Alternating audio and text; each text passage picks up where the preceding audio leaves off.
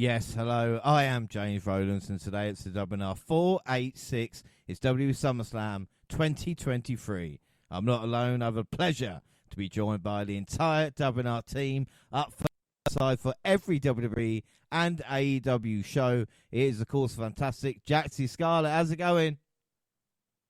Hello. Back at it again. Excited to be back discussing SummerSlam. You all good, James? Yeah, I'm fantastic. And as I said, it should be an exciting show. But I want to just speak to you before the other two join us, because at the moment, prediction-wise, we're not doing that well. So hopefully SummerSlam can kind of turn it round for us. Like I said, Great American Bash. I know NXT's not your forte, but especially as we were on the top of the pole last year, you know?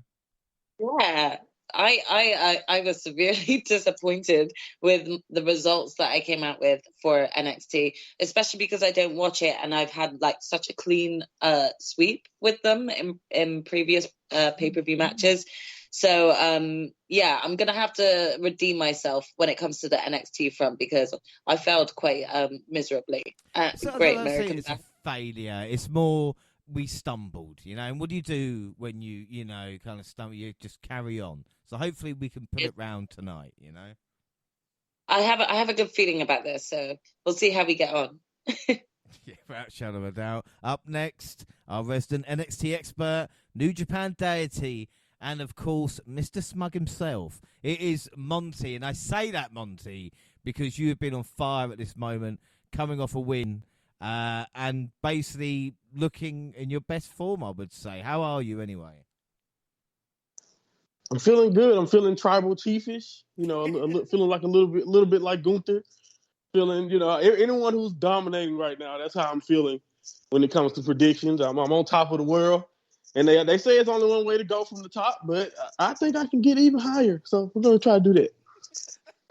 Well, we shall see what happens. And up next, last but by no means least, get your motor running. Head out on the highway, looking for adventure, whatever comes our way. Yeah, darling, gonna make it happen. Take the world in a love embrace. Fire all the guns at once and explode into space like a true nature's child. She was born to be wild. She can climb so high. She's never gonna die. She is born to be wild. Apologies. It is Gina. How you going? I think that's my favorite one so far. What it do, team? Now, I was definitely born to be wild. Those lyrics are so true. Well, so we're talking to Monty and Jaxie about predictions. Gina, at this moment, you just keep the expression hitting the post. You were breathing down Monty's neck when it came to NXT. He was panicking, man, you know. And I feel he is kind of dipping into your G site. I mean, what do you think about that? Do you think Monty should be dipping into you? I don't think he should. He is definitely dipping in the G site pool. He really is. I haven't even given him pointers, so I'm not sure where he's getting this info from. I think there's a traitor in my midst. Don't worry, I'm on the case. I will find them. But either way, I was so gutted. I was watching that show thinking, "Oh my God, have I got this?" And that just Monty just gets there. I mean, it's well deserved. He can have the tribal chief. Fuck him. crown. Fuck him. That's not what it's about. It's not fair. My last name starts with a G. Last name starts with a G. The G site is going to come back tenfold, though. Watch this space. Well, like I said, we have got SummerSlam and the predictions, but we're going to catch up with Raw and SmackDown first, because Raw, July 10th, they tease problems with Vinci in Imperium. Can we please stop? Right. But it looks like Balor and Priest are fine right for now. I mean, Monty, what is the problem? What? Yeah. What are they doing? Like, just a bit. All he did was lose a match, as if that hasn't happened before. Like, I don't get it. But everyone has to be having friction, I guess. You know, that's just the way they book stables. What is it? Tag teams understand, but like I said, stables, they should be more stable. Like, again, maybe just call them unstables. SmackDown July 14th. Pretty Deadly continued their winning ways, beating Reg and Sheamus. Yes, boy. But then Elton Prince suffered a career-ender injury thanks to Ridge. No, boy. And Ridge, you've been doing this before, man. Like, and if you take out Pretty Deadly, I'm gonna come for you. I'm not lying. All right. Shotzi. Yeah, but I mean, they've also been non-existent since that match. I mean, since you just brought them up, I'm like, oh wait, what? Where are Pretty Deadly? He suffered a career-ending injury, Jaxie. I'm sorry to get angry with you, but I've just said. Did he actually? Like, well, I did. Oh. Like, Rich is his career ending. Look, Monty, please. It is. Wow. Look, let's not. I knew he was hurt. This is it career. Really He's on a bad streak. Like at this moment in time. What is Ridge doing? Well, he just doesn't like wrestlers we like, you know. So let's not say we like anybody else. Otherwise, we'd be doing it. No, I don't know if it is career ending, but again, Pretty Deadly. Big E is bad enough, man. His career. He should be back in a couple of months. But again, it's Pretty Deadly, man. You know what I'm like with them. Like, I get it. Over dramatic. I get it. Yeah. Okay. Like I said, Shotzi shaved her head. People could be so stupid as well. There was a few tweets of people just being really, really dumb. I haven't actually got it in front of me now, but I know the Shotzi story because someone tweeted out, "Oh, look at WWE Creative now forcing her to shave her head for this storyline." When in fact it wasn't. It was in support for her sister who's suffering from cancer. And I think, like I said, Jaxie with this, it just shows how stupid people are, and the only exercise they get is jumping to conclusions. Yeah, I think this is a perfect sort of like look at how us as WWE fans can actually take something materialistic like this and actually just think this was an idea created by Vince. You know, I do think that like at the moment that something like that happens, you've got to just think there could be a reason behind it that isn't actually to do with WWE. So I did think that the negative commentary, like, you know, kind of all leaning towards it being WWE was a little bit distasteful. I think, you know, if you really were sort of a fan of Shotzi's or what's going on within WWE, then like staying up to date with like, you know, what news was circulating, you would have easily found out like this was sort of more out of support for her sister. So you just got to be like supporting your actual wrestlers, and then you actually see what's going on in their lives, and you wouldn't always jump to conclusions about it always being WWE, you know? Yeah. And another tweet as well, I haven't got it in front of me, but I remember it's burned into my brain, was someone on Twitter, or X as it's called now, with David Benoit, who is in the front row for Collision. And there's a picture of CM Punk and him hugging. And the guy on Twitter, or X, says, "Oh, it's just a shame we never had that dream match between Chris Benoit and CM Punk." Because if he didn't realise, at the time they should have had that match, Benoit was too busy killing his wife and child. So, again, just people could be so fucking silly and kind of selfish. What a mood killer. Yeah, I mean, I don't want to bring us down, but like, yeah, you know, that's why that crazy. Match didn't happen. You know, like a Night of Champions. Yep. Like, it's just it annoys me with people sometimes where they just think they're so important and there's other things going on at the time. Don't know how we're going to move to this, but Jey Uso. Here we go. I'm going to try and segue across. Jey Uso did not get the answer to the challenge to the Undisputed title match. He got a measure of revenge of Paul Heyman, hitting him with a super kick after Heyman said he was to blame for Jimmy.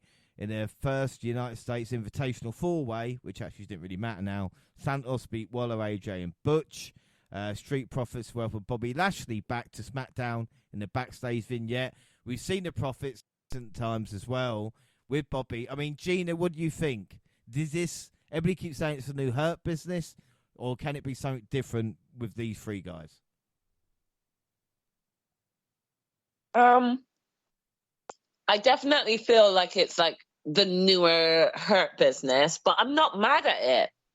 I think they look good together as a stable. And you touched on this earlier with the Imperium story about stables being unstable.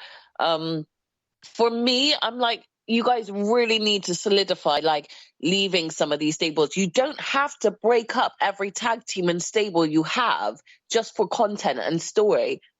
it's actually becoming a bit old. For me, I actually prefer it when stables just remain together and not have to worry, oh, is he going to change? Is he not? I prefer that. I don't want Judgment Day to break up. I don't want any of the solidified tag teams to break up because, let's face it, most of them just recently got put together again anyway. So for me, I'm not mad at this. I actually really like it. And I think the three of them look great together. I think Bobby will help maybe bring a different type of storyline for the Street Profits, because at the moment they were kind of just sailing through the midway card and just not really going anywhere. So I think I'm definitely interested in this new stable that's come together. I'm not sure I want them to completely erase what the previous Hurt Business was, because Cedric and Shelton are still epic in my eyes. And I don't think that they needed to be replaced. If they want to name them a different name than the Hurt Business, then I don't mind that either. I tell you something, you like I said, come up with something, but I think Benjamin and Alexander still be a team. Go to NXT, call themselves the gold standard. I've already come up with it in my mind. That would just work. I love it. I love it. Can they just hire you? It would probably help them. Yeah. But yeah, let's all just still not forget about Cedric and Shelton, because they were just great. But I definitely like where this is going with Bobby and the Street Profits. Yeah, without doubt. Well, we move on. Raw, 17th of July. Cody and Brock faced off in Ro's hometown. So, of course, Brock left him laying in front of his family. But Cody's mum has seen everything. She's seen her husband on fire, and bleeding from every orifice. So, son getting a couple of F5s from Brock probably didn't faze her too much. Chelsea Green, Sonya Deville won the tag titles with Raquel and Liv. Unfortunately, we had the horrible news. Sonya Deville is injured, so they had to vacate the titles. Before I get onto that, just want to say well done, Chelsea Green. In a sea of re-signings, she kind of stood out.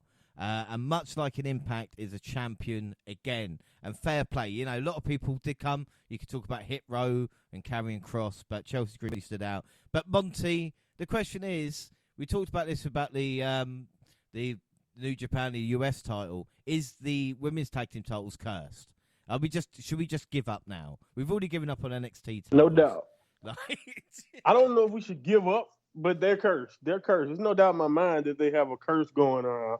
I can't say we should give up on them, though, because I think it's still a good concept, especially when you have so many women who just don't have anything to do, especially on the main roster.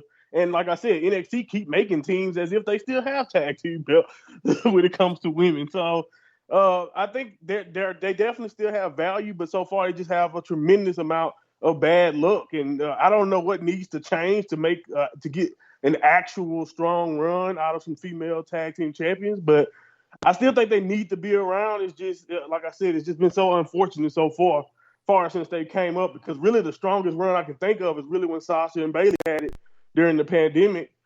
And, maybe you could say Kabuki Warriors if you were really into that, but they didn't get a chance to do a lot with it. So, again, everyone who's had it have, a lot of people have tried, but no one has been able to do anything special with it yet, besides maybe, like I said, Sasha and Bayley. So it just seems like it's definitely a curse. Sasha and Naomi was on their way, but we saw how that ended. So it just, again, yeah, it's been tough. But I do think it's still it's still useful, though, because there's so many women with just nothing to do. And I think putting women in the tag division, giving them a direction, is actually more than just having women for catering. Yeah, I would agree. I mean, Jaxie, I know you the women's division as well, and the kind of what's going on in different companies. Like, now more than ever, we kind of need to stick with this and come up with a few plans. Have more tag teams. So if a tag team does go down, like it has, we can, pivot, mate. Yeah. Again, it goes back to what my sister just said about, breaking stables up unnecessarily or too quickly. We saw this. A perfect example was Shayna and Ronda. They'd only really just started teaming together, got the titles, and then instantly turned like it.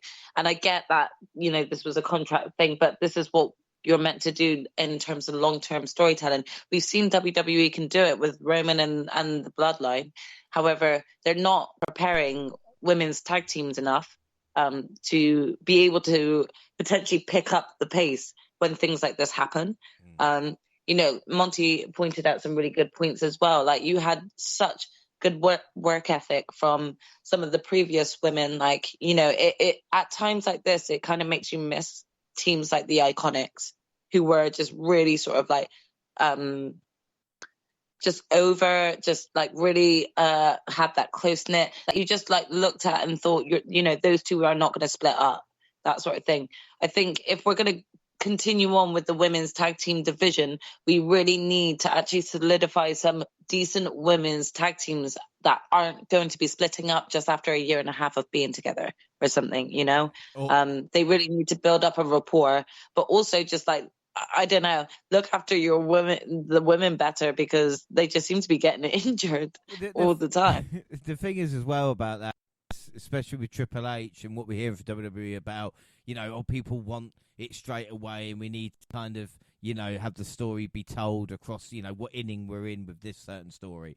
And it's like the Baszler and Ronda stuff, kind of, that should have lasted a couple of years or a year and a half, and we got it all in like 4 months.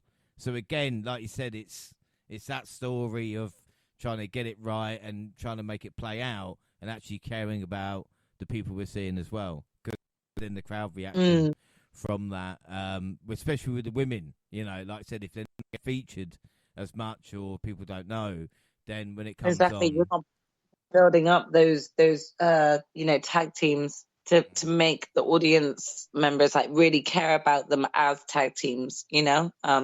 They've got to give them more. They've got to give more screen time, not just to the women, but to the tag team division as a whole. Yeah. Especially if we're meant to be taking these women's tag titles seriously. And I want to, but it just seems that lately, there's been a lot of a dip when it comes to sort of really investing time in building stories around the women's tag titles. So I don't know, they just need to they need to actually pay a bit more attention to that, and when I say they, I mean creative. They really need to like think about sort of what long-term storytelling they can tell with these belts, actually make us give a damn about them again. Yeah, I mean, it's sad, but it's true, We move on. SmackDown, July 21st, LA Knight and Cameron Grimes reignited their rivalry from NXT. And believe it or not, LA Knight was the most hated. And Monty, I say believe it or not, you were with me. You remember those times when we talked about how hated Knight was? Yeah, man. It was one of those things. I think that was one of the first things he really got to sink his teeth into too. Really on NXT when it comes to storyline, because he had came in, did a lot of vignettes, and always had this style of promo. But you're right, it's kind of crazy. It's bizarre now to think about the fact that he was not as over, anywhere near as over as he is now, and was the bad guy there against Cameron Grimes, who was way more over in NXT at the time. I guess we look like idiots now. No. I said, it's weird how at least they're doing it on the main roster. So again, we'll see, in a year's time whether it is. I mean, it didn't help LA Knight. He still lost the opportunity won by Mysterio, also featuring Sheamus. Charlotte beat Io, Santos beat Theory, which then's going to happen. But still, we get the Roman Reigns rules of engagement for SummerSlam. We see Reigns quite literally at the head of the table, condescendingly referring to his little cousin as Little J. Uso tore up the contract. We don't need no contract. The contract's in blood. It's right here. It's tribal combat now. The question was asked, do the elders know? It was their idea, Uso revealed. Sco attempted attack, only for Reigns to grab his arm and stop him. Uso responded with super kick to his brother. Instead, Reigns down to close out the show. Gina, this was definitely different because it showed the kind of respect when it comes to the fight of the tribal chief in a way.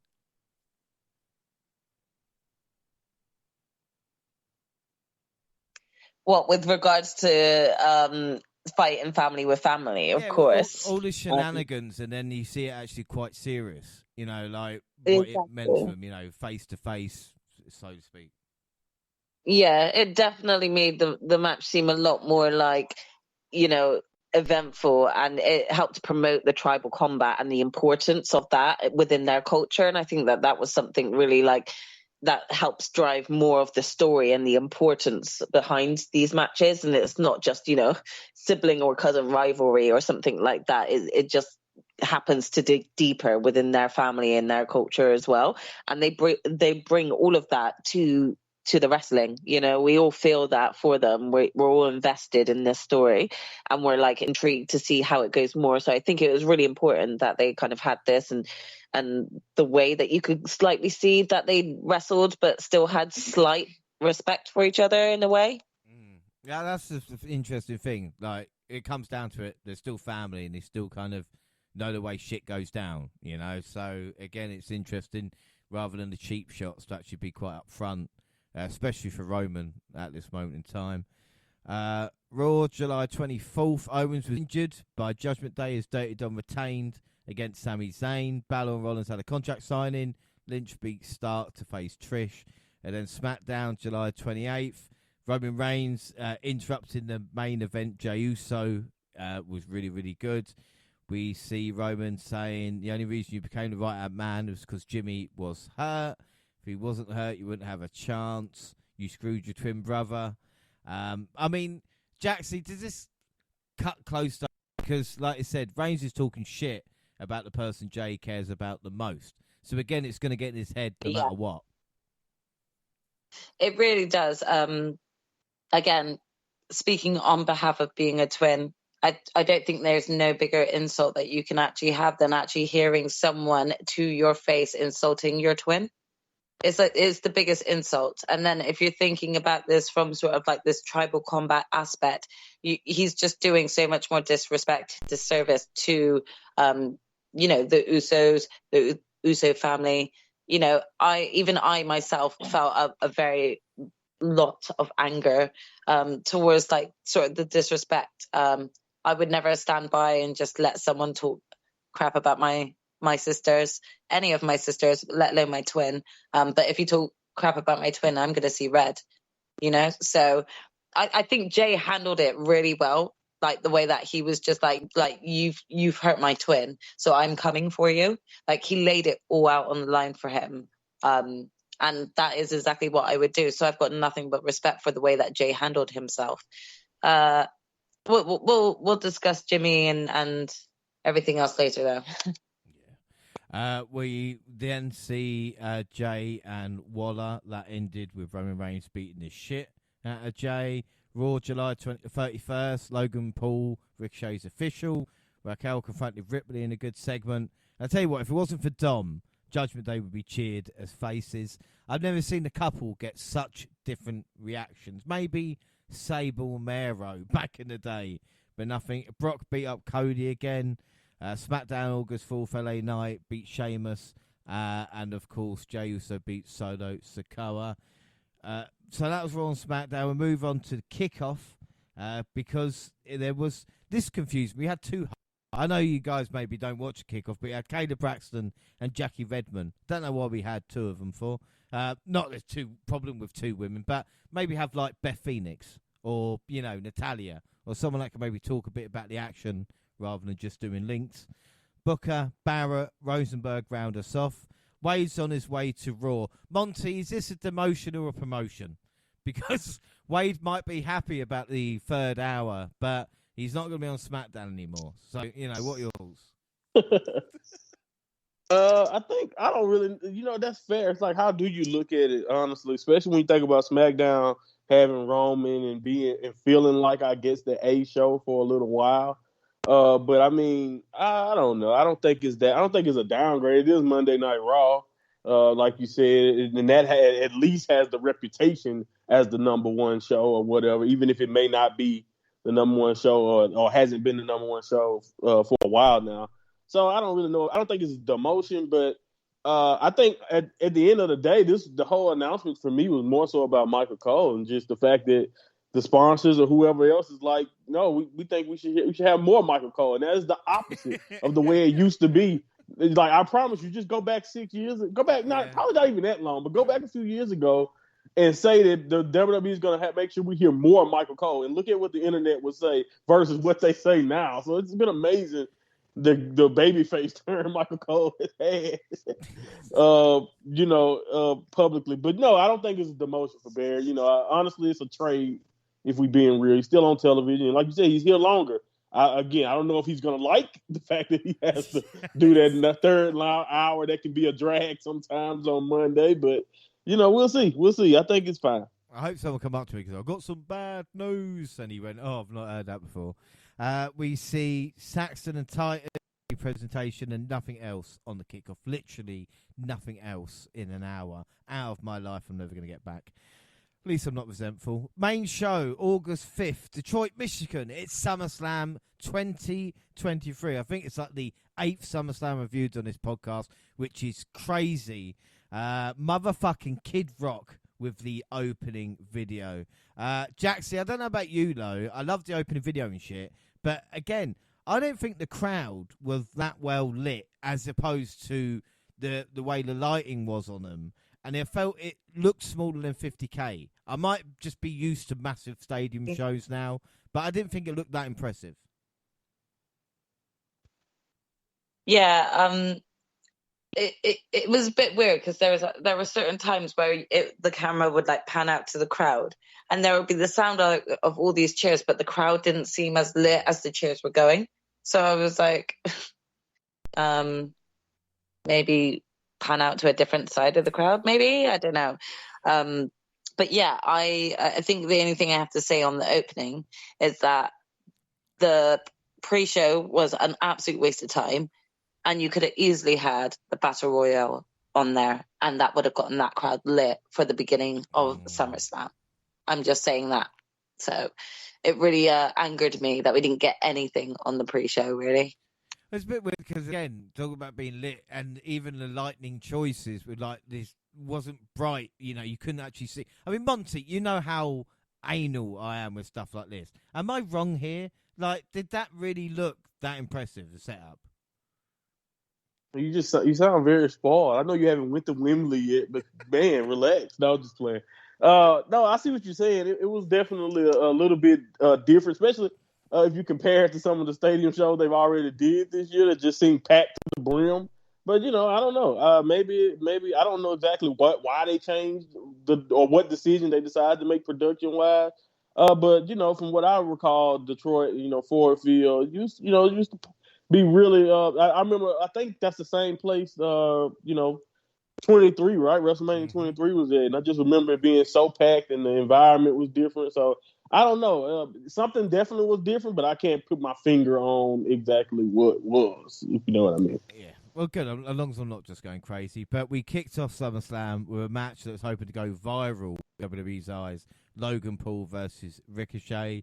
Of course, Logan came out first to a huge wave of boos. The two men met in the middle of the ring and talked some trash. Ricochet slapped the taste out of Paul's mouth for taking him down, where hesitant to send him out. The YouTuber was able to gain the upper hand for a few moments by using some underhanded tactics. He even talked with Samantha Irvin, who was the ring announcer, and Ricochet's fiancée. And Corey actually pointed out Samantha had the same colour on as Logan. Would we see a turn? They traded control several times throughout the match. Paul focused on getting heel heat, while the one and only was trying to pop the crowd with high-risk manoeuvres. The Spanish fly from the apron was cool, but he almost didn't land it. Rick hit the People's Moonsault, which was good. Huge net break of the top, which was good. But after I seen Carmella Hayes take Ilya Dragunov off the top, it didn't really have the same impact. One of Paul's buddies slipped in the brass knuckles. He now Ricochet with a huge right hand to steal the win. Gina, start us off. What do you think of Logan Paul versus Ricochet? I'm actually kind of angry at myself when I say it. I actually really enjoyed this match. I've been like one of the biggest Paul haters on this pod, I swear. But it's really annoying because I really enjoyed the match and I found myself sort of glued to the screen because I didn't want to miss any of the good moves that both of them were pulling. I enjoyed it. It was thoroughly exciting. And to be honest, I didn't really know who was going to get the win, which is really nice because I hate going into matches knowing, oh, this person ain't winning, you know? So it was nice to have that mystery of, okay, well, who's actually going to get this? So, yeah, I actually enjoyed it. There were a few spots that I was like, oh, is this awkward or is this going the way that they wanted it to go? But to be honest, I don't think that deterred from the excitement of the match. And I feel like the crowd were quite hyped for it as well. So, yeah, I enjoyed it. Yeah, and again, it's annoying that Logan is a good use of some of the fundamentals now. You know, it's not all the showy stuff like Shane McMahon of like elbow drops through announce tables. We actually saw him building some and, you know, some basic moves and actually doing well, which, like you said, Gina, it's just so annoying because he's a cunt. You know, that's the issue with him. But we kind of, you know, but it was nice to see. That's what makes it even harder. That's why I was such a hater, you know, because it's like it's hard to really be into someone when you see them as a cunt. They're literally, and you're not even saying that because you just dislike someone. Like you've actually seen them be disrespectful in various different ways, you know, and so you don't want to like him. But I can't put it past him. He gave a good match and it was entertaining. Yeah, and I mean, like I felt it didn't click at times, but I don't know about you, Jaxie, but like we talk about with this, for me, it wasn't just about Logan; it was Ricochet getting his moment because that motherfucker's been around for a long time and not had a moment like this, you know. Yeah, definitely. What were your thoughts on the match, anyway? I mean, yeah, I can't really disagree or I can't really disagree with any of your thoughts because I feel like I had exactly the same. I feel like I wanted to not enjoy the match because of who was involved in it, but the match really was very well put together. There was no sort of blips between Ricochet and Logan Paul this time around, and we finally got a chance to kind of see all of this come to fruition. I think the build-up actually was really subtly well done, you know, especially when you actually take it all the way back to Royal Rumble and where that first sort of initiated it and it first started. I'm kind of intrigued to see what they do going forward with Ricochet from here, especially because, you know, like it was kind of like a brass ending, so to speak. So even Michael Cole said how the ending was. Yeah. So I do wonder whether or not we're going to get a round two between them. But if we did, I kind of don't think I would be mad at that because Ricochet looked absolutely amazing in this match. And I think that him and Logan Paul worked really well together. So if we do get a second match out of these two, I won't be mad. So, Gina, start us off. What are you going to score that out of 5?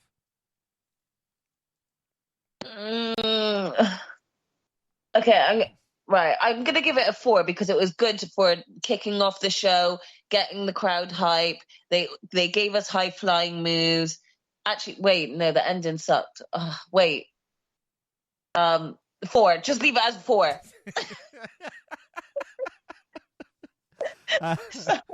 We'll move on. Jaxie, what about you? I'm actually going to give it a 4 1/4. I actually really enjoyed this match, and I thought it was a great opening match that got the crowd lit and ready for SummerSlam. Yeah. Monty, what about you? And also, not just about your score for this match, but do you think there'll come a point soon with Logan where we're kind of over the surprise he can work, and now we're going to see what happens? Do you know what I mean? Yeah, I think that's gonna all depend on how they decide to use him.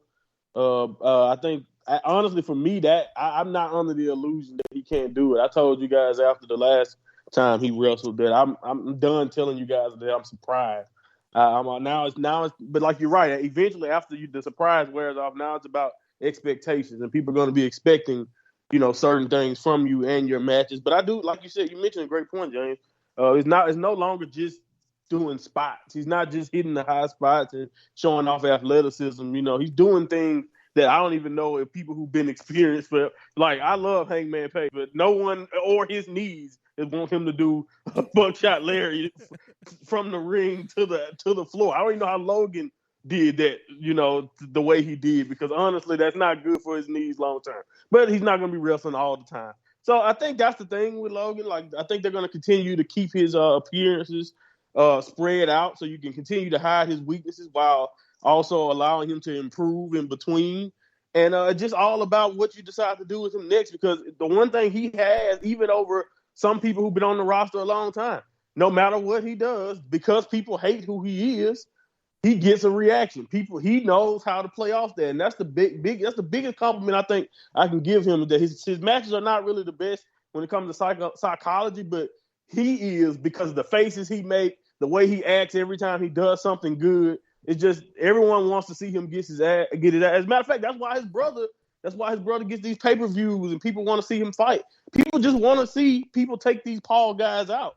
And as long as you have that going for you, he's going to get booked and he's going to be somewhere. So, yeah, again, I think, like you said, Ricochet deserves credit for being who he is and just being awesome as always. You're 100% correct. He's been awesome for a long time. A guy that some people may not believe this now because of the way WWE used Ricochet over the years, but he's literally on the same level, if you ask me, in-ring wise, if you just let him go, as somebody like an Ospreay. But people think that's crazy now just because of the presentation that WWE has pretty much put Ricochet under at this point. But he literally can go. Him and Ospreay has had some of the greatest matches I've ever seen, honestly, even though some people are not a fan of that style. But besides that, like I said, I just wanted to give him his flowers. And him taking this loss here, it does suck. And I do wonder what is next for him. But I do think they think that they think Ricochet is so good at what he does that they can just plug him right back in to a program, possibly for a title against the heel or something, and it'll be fine. I don't know if that's the case, but we'll see. But honestly, overall, I'm with Jackson. I think 4.25 is probably the safest place. It did what it needed to do. It got everybody excited. It had a lot of great spots that were memorable. Probably didn't go as viral as they were expecting, but that's fine. Also, the only way that finish works is if you decide to be like Regal and just make that your gimmick, bringing brass knucks with you. And, he's a douchebag most of the time. Why can't that? He already has a titanium hand. Why not let him just put brass knuckles on the titanium and he can kill someone if we're being realistic? This is the thing. What is interesting as well is this was the first match because Logan had to go see his brother in a boxing match. We didn't have to, but he wanted to. So I wouldn't mind being a fly on the wall between him and Brock, deciding who went on first. And Logan won. So we know if they... Logan looked more beat up than his brother, too, by the way. And his brother was supposed to be boxing. But I thought it felt a bit disjointed to begin with. But Logan did say he got kicked in the face by Ricochet, which probably would put you off for the opening couple of minutes. And again, not to be that guy, but you guys know I am that guy in a weird way. But Ricochet versus Will Ospreay, first ever meeting in Rev Pro, I saw it live. So I have, and Will Ospreay's actually confirmed that. So special times. That's why you should always go see your local wrestling, kids. All right. 4.25 then. Predictions. Monty has been on a roll. This is grim reading. Jaxie, Gina, I will warn you, this is grim for us now. So AW League, Monty is on 3. Gina, Jaxie, and I are on 2. So 1 point behind. We have got All In coming up as well, and All Out. So we still could do that. Bonus League, like I said, Gina pushed Monty all the way at the gab, but Monty got the win. So Jaxie, Gina on 11. I'm on 14. Monty on 15. Jaxie on 1 at this moment in time. Now, Jaxie, I don't want to kind of, circle you out or anything like that, but you're better than that. I know you are. Honestly, I don't know what's going on with me there. I've really dipped. And I'm very disappointed in the outcome at the moment. You best believe that I am trying to make a comeback. And when I get there, everyone will least expect it and I will be out on top. I just don't know whether or not it's going to be this side of the year. Yeah, exactly. It's Summerslam already, dude. Yeah, it might have to be. My year is coming next year. Yeah. Let's just leave it at that. You've got this. Yeah, I've got. Gina and Monty on 3. Breathing down my neck. I am on 4. But like I said, if Monty wins here, he will lead all 3 leagues. And it's not something that's been done for like 6 years where it's not been me. So let's hope it's not going to happen. But he's off to a good start.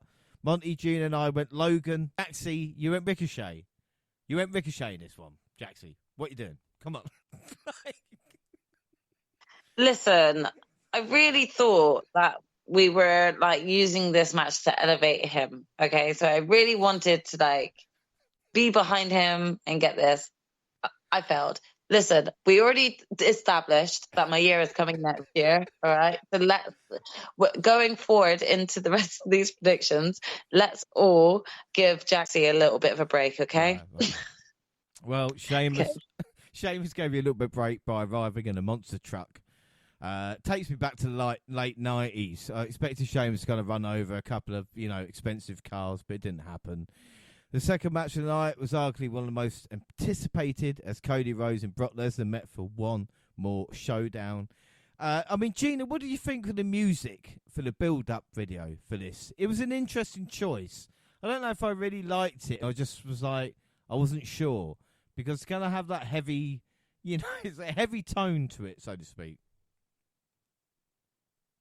I don't think I really took notice of the music, if I'm truly honest. Monty, did you see that? Did you hear the music video for this? Or It did not match the video package at all.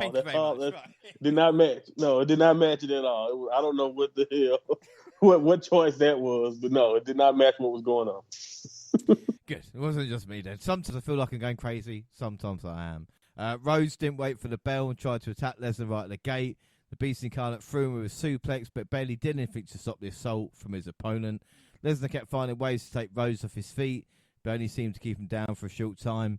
Once he started hitting multiple suplexes, the former UFC champ began to slow the pace and dished out the punishment. Of course, we've seen these types of matches from Brock before. He tried to give Rhodes a chance to save himself for a count-out, but he refused. Lesnar warned him he would only get worse after hitting another suplex. He even put the American Nightmare through the announcer with an F5 in an attempt to get the win, but the crowd cheered louder every time Rhodes beat the count back in the ring. He ended up using the steel stairs as a weapon. The ref didn't disqualify him for some reason. And I'm going to say, because Brock put him through a fucking table, so the referee's probably going, table stairs, yeah, I'll let you off. All right? So stop pissing and moaning, everybody. And we get a Super Cody cutter. The American Nightmare Lesnar and hit 3 crossovers in a row for the win and the pin. But more shockingly afterwards was Lesnar shaking his opponent's hand and hugging him for raising his arm. Cody sold that great. And it was a fantastic way to end this. So, Jaxie, what are your thoughts on this? Because that wasn't the ending I thought was going to happen. I was completely, I think I actually went quiet. I was so not expecting that from Brock at the end. It was strange to see. I don't think that was planned either, was it? It was just one of those surreal moments that I think that Brock really just in the moment had felt the utmost respect for Cody and decided to just, offer his hand. It was a great show of showmanship, and something that's very rare to come from Brock. And that's when you got to think, right, well, he's got to be a bit of a bigger deal, Cody does, really. Because not only has he had this feud going on with Brock for, the past month and a half, 2 months, at the same time, he's also now just earned the utmost respect from Brock that he got a handshake from him, So I'm excited to see where things are going to go for Cody here. But I can only think of them as, going up at this point, Yeah, and again, I really enjoyed this match. Cody was bleeding from the chest, and what I thought was really interesting as well when he said that Brock, his first SummerSlam was 21 fucking years ago now, which makes me feel so old because I remember it. 21, where does the time go? But this was Cody's first SummerSlam. This was Cody's first SummerSlam in 8 years, and Gina, for being 8 years ago, where I think it probably Stardust versus Stephen Amell into this matchup, I think just shows you the progression. And with Cody, he's doing the right thing at this moment, and it really is working. And I think that is the important thing. The crowd is still behind him. Oh, for sure. When he first kind of rejoined WWE, I was quite worried on the fan base and how they were going to be receiving him. He's just doing so well. He's doing everything right, and the fans are just behind him 100%. And you can't blame them, At this point, he's just doing everything right. So it's just great to see that he's constantly being featured and he's not been relegated to going back to Stardust or something like that. So yeah, I'm just grateful that like he's going so well for him, and I hope it continues that way. Yeah, and we nearly saw Brock's bollock as well after the third Crossroads, where Brock shorts the ball. Are we going to see the bollocks incarnate? No, we didn't at that point. God. So, thank goodness for everyone. But Monty, it's interesting. I mean, thoughts about the match, but the Cody character and the Brock character, when we think at WrestleMania, especially afterwards, maybe they're not where they should be. They kind of take up another level, and this felt big time as well. Oh, definitely. This is I don't know. I have to think, but this is definitely my favorite match of the night at the time when I watched it. Just not only because of, like you said, the special ending and what this means for both characters, because you're 100% right. After the Brock, wasn't this Omos? Yeah, it was Omos, right? So Brock fought Omos. And, that happened. Right. And just everyone assumed he was exiting. It was, he's going away like he usually does.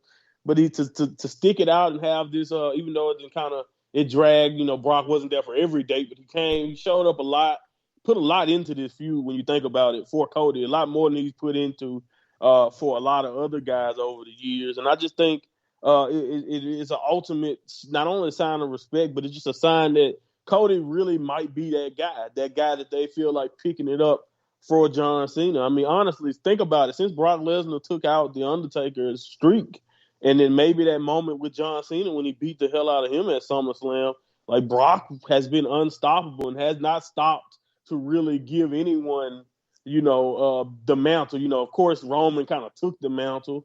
But, honestly, this was like the first time where he's ever done that. And it, like you said, the way it felt, it was all natural and just everything worked out. And I like this match because it was a real match. Like, even for Drew, I thought maybe he was going to give, like, when Drew got over on him, even though I know the pandemic was going on. So it's a lot of stuff, it's a lot of stuff that kind of happened. But when Drew finally did get him and all of that, it felt like that was a moment, but it didn't never feel anywhere close to what this felt like. And I think you can go to Seth Rollins too. Like, a lot of those matches were quick. They got out the way. This match started off like it was going to be kind of like that. But honestly, the story they told and the way Brock emoted every time Cody kept getting in the ring and how much it pissed him off that Cody wouldn't stay down, and just the messages sent, the way the kids and everyone in the crowd reacted to Cody, and when they were cheering him on the entire time, they were into every single thing they did. I just really thought they went in there and weaved a beautiful story for Cody, who looks like the biggest hero right now, and Brock, who went from animal and just kind of at the end there, he transformed back into the guy, the cowboy that everyone has kind of fell in love with on his babyface run. There at the end, he was beast for this feud against Cody. But we love, like, people respect and giving Brock so many flowers at this point.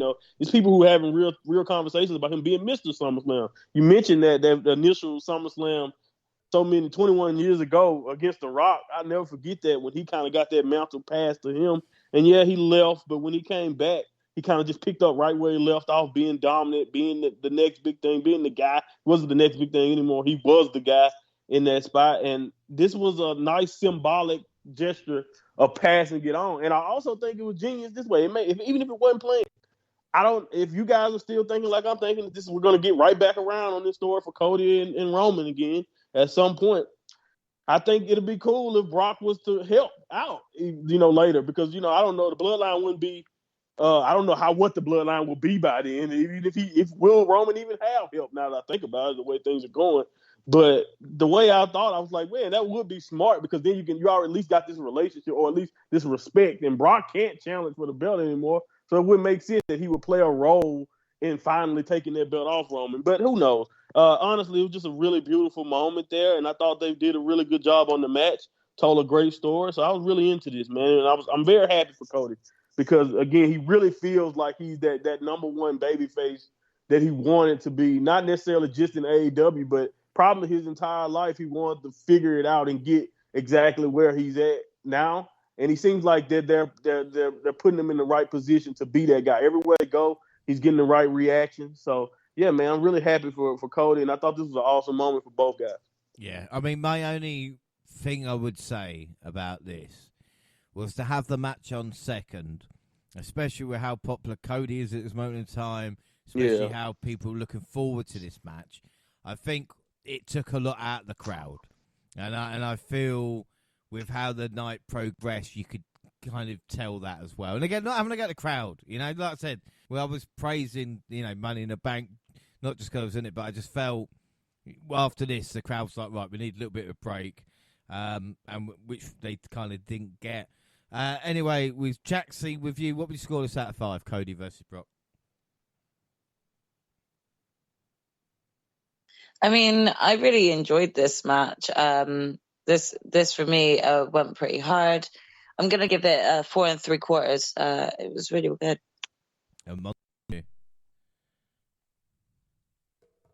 Yeah, 4.5 here for me. I thought it was really good. Like I said, one of my favorite matches of the night, if not the best match to me. So, yeah, I really was into it. And Gina? Yeah, I gave it 4.5 as well.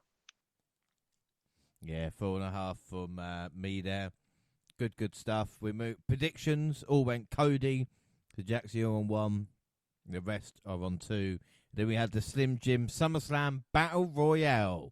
Yes, the Battle Royale we were waiting for the most. Most of the entrance for the Battle Royal took place during a break, but LA Knight was saved until everyone could see it. Omos made his entrance right after the bell and was accompanied by MVP. I heard Bobby Heenan's voice in my head say by the time Omos get to the ring, it will be SummerSlam 2030. But all hell broke loose when he did get in. He started eliminating people right away throughout Apollo, J.D. McDonough and Rick Boogs.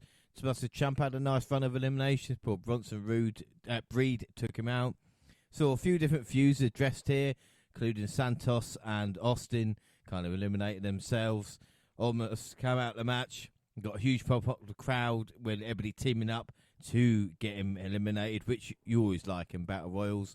Final 4 members, Sheamus, Reed, Knight and AJ. Cross eliminated Styles from outside. A Knight threw out Sheamus to win the whole thing. So Monty, it's a Battle Royal. What were your thoughts on this? At least the right man won. Yeah, I think that's probably the main thing. I think that was the biggest thing for this, that the right man would win. I really feel like I'm, not to brag again about being on a roll, but the only other person I even considered for winning this was in the Final Four, so I'm happy about that when it comes to Bronson Reed. But honestly, though, yeah, man, this is like you said, a typical, pretty prototype battle royal in my opinion. It has some, like you said, it addressed active feuds to kind of give them something else to talk about, and then you or something else to play off of. And then you had the Final Four, which is 4 people that are respectable and make sense to be in this spot. And then you have LA Knight being the one to come out on top and taking out Sheamus and winning it the way it was meant to be. This was all set up for LA Knight to get a pop and get some love in Detroit or get this spot in this position. The only thing I always say about stuff like this is that, honestly, I hate battle royals for nothing. Again, I'm spoiled because I love the Royal Rumble, and that has like the highest stakes, but it doesn't have to be a world title shot. Anything. Just say, the winner can challenge for the United States title or whatever event or whatever mid-card title you want or something. Just give them something to go off of or something to, give this other than, oh, well, we're doing the Slim Jim, and that just spoils it. That the guy who's literally in a Slim Jim ad is going to probably win. But, hey, I'll leave it alone. That's booking. Had nothing to do with what they did in the Battle Royal. This was, like I said, pretty textbook stuff when it comes to Battle Royal booking. So, yeah, man, I gave it like 3.5. It wasn't anything wrong with it. And, LA Knight got the shine. Yeah. We've been on a night train, like I said, for a long time. And that's what we're going to call it now, night train. But, Gina, here's a stat for you. Slim Jim paid WWE over WrestleMania weekend $20 million for advertising. So that's $20 million for advertising over a weekend. God knows what they play for this Slim Jim Battle Royal. What, probably $10 million? Isn't that just crazy money? If they're willing to put like, you know, 2 million over a damn weekend, then an actual 20, sorry, 20 then the whole million, battle, then the whole battle royale are definitely going to cost a bomb. You know, it's just getting I get it, but but I'm very much on the same viewpoint as Monty. This kind of, I'm glad he got the win, but it wasn't aiming for anything. So I'm just confused on why, like, they would have that there when there were other matches that they possibly could have had. Yeah. Because they paid 10 million. It's like they did it with a few matches as well, where you think you're going crazy, and then you realise everything is just advertising that one product in front of you. And you're going, oh, it is. Even the replays are like literally just that. And they're going, but I can't even get Slim Jim here. It makes me want to have a pepperami, I suppose. You know, exactly. So those of us who don't have access are kind of like, okay, can you move on now? Next. We can't snap into it. That the one spot where everyone was trying to get Amos out, it reminded me of that spot in the female Royal Rumble where everyone worked together to get Nia Jax out. Yeah, that was pretty funny. I quite liked Kaiser's elimination, and I knew Grayson Waller and The Miz would work as a team. There was one moment in that Battle Royal where it just came together, and we knew it would work. But like I said, yeah, it's got to. You got to. LA Knight is Mr. Slim Jim now. But Jaxie, I mean, what is next? This is the big question, Jaxie. What's next for LA Knight? Now, he's Mr. Slim Jim. He's got that accomplishment. Like we said, the Battle Royal should have been for at least something, because if it was for US title shot, we could maybe book that in the next couple of pay-per-views. But what do you think's next for him? Will he even get Roman down the road? You know, we don't know, do we? We don't know. And I think, it is a massive question mark as to where we go from here with LA Knight, because as much as, you know, I appreciate that he is very popular with the fans at the moment, can I realistically say that he will take over and be the one to dethrone Roman? I can't confidently say that. So it does give you the big question as to which route they're going to take. Again, with the fact that this Battle Royal wasn't really tied to anything, tied to potentially getting a title shot for any belt down the line, I couldn't help but have a bit of a bitter taste in my mouth for this match being placed here, when I felt like if it was just a sponsored match, it should have been on the pre-show. But of course, you know, I think that we all realistically knew that going into this match, LA Knight was going to be the one to win it, considering he wasn't the one to win at Money in the Bank. And I think that was what everyone wanted in the first place. So, you know, we're getting these big major wins now for LA Knight, but I really don't see which title he's really going to be in the running for at this moment in time. Is a bit of a difficult one to figure out what creative have in mind for LA Knight right now. I just hope it's something good, because if you think about, you know, sort of this back in January and that awful sponsored match he had at Royal Rumble with Bray. He does love a sponsored match. You're all right. That's excellent. He's the king of sponsored matches, isn't he? Really, he could be the king of sponsored matches. Watch, he'll win. Yeah. He'll actually win sort of like a record of Rocket Mortgage Man or something like that. Yeah, like. Yeah, who knows? So just keep watching that space for promos, because any promos coming up, it's probably going to be sponsored with LA Knight in mind. But yeah, like when it comes to a title picture, I'm struggling really to see where LA Knight goes from here. I just hope they don't lose the ball on him, because they've done this quite often with a few fan favorites that, you know, really had the crowd going and then they dipped it. So it's going to be interesting to see where his story takes him. But I just hope it's worth it. I mean, I doubt. Monty, we got your score. Gina, what do you score the Battle Royal out of 5? 3. And Jaxie? I'm going to go 3.5. Yeah, I went 3.5 there. Predictions, we all went LA Knight. Yeah. So Jaxie on 2, the rest on 3. We then get Shayna Baszler versus Ronda Rousey. With the referee, the only way to win was by knockout or submission. Baszler refused to tap gloves as a sign of respect before the match begun, which is quite cool if you knew UFC, because Ronda never touched gloves with an opponent and wanted to act a bit of respect to Baszler. It seems the Queen of Spades seemed to have the upper hand early on, but Rousey found counters to most of the submissions. Once they got back to the feet, they started trading strikes. It was billed of an MMA fight, but it kind of felt more pro wrestling. Still talking a lot of trash, talking to the crowd and selling like they would. Baszler was getting checked out by doctors for an arm injury when Rousey attacked him, told a former friend to finish this. They started trading punches. The Queen of Spades met her in the middle of the ring. Crowd didn't really seem to care too much. Baszler locked in the Kira through the clutch. Rousey passed out. And that was about that. Gina, what were your thoughts on this matchup?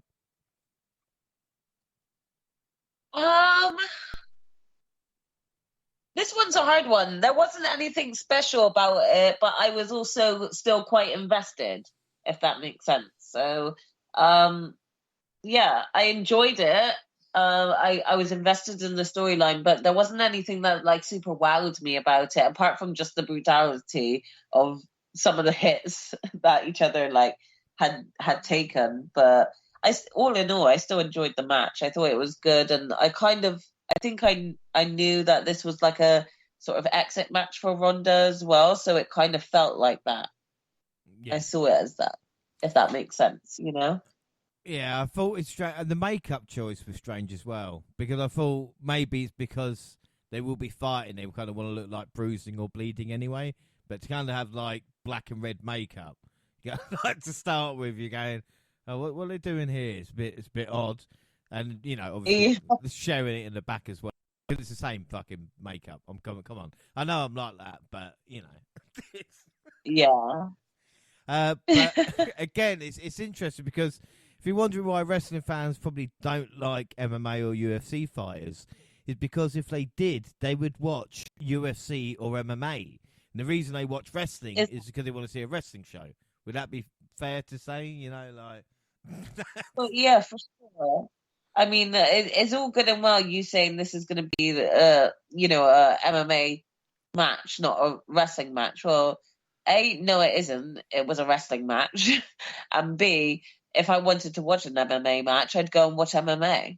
So, yeah, when they do those types of matches, unless they did something very dedicated, like, you know, I think it was in AEW where they did a cage match or something, but it was with Jake Hager and Wardlow.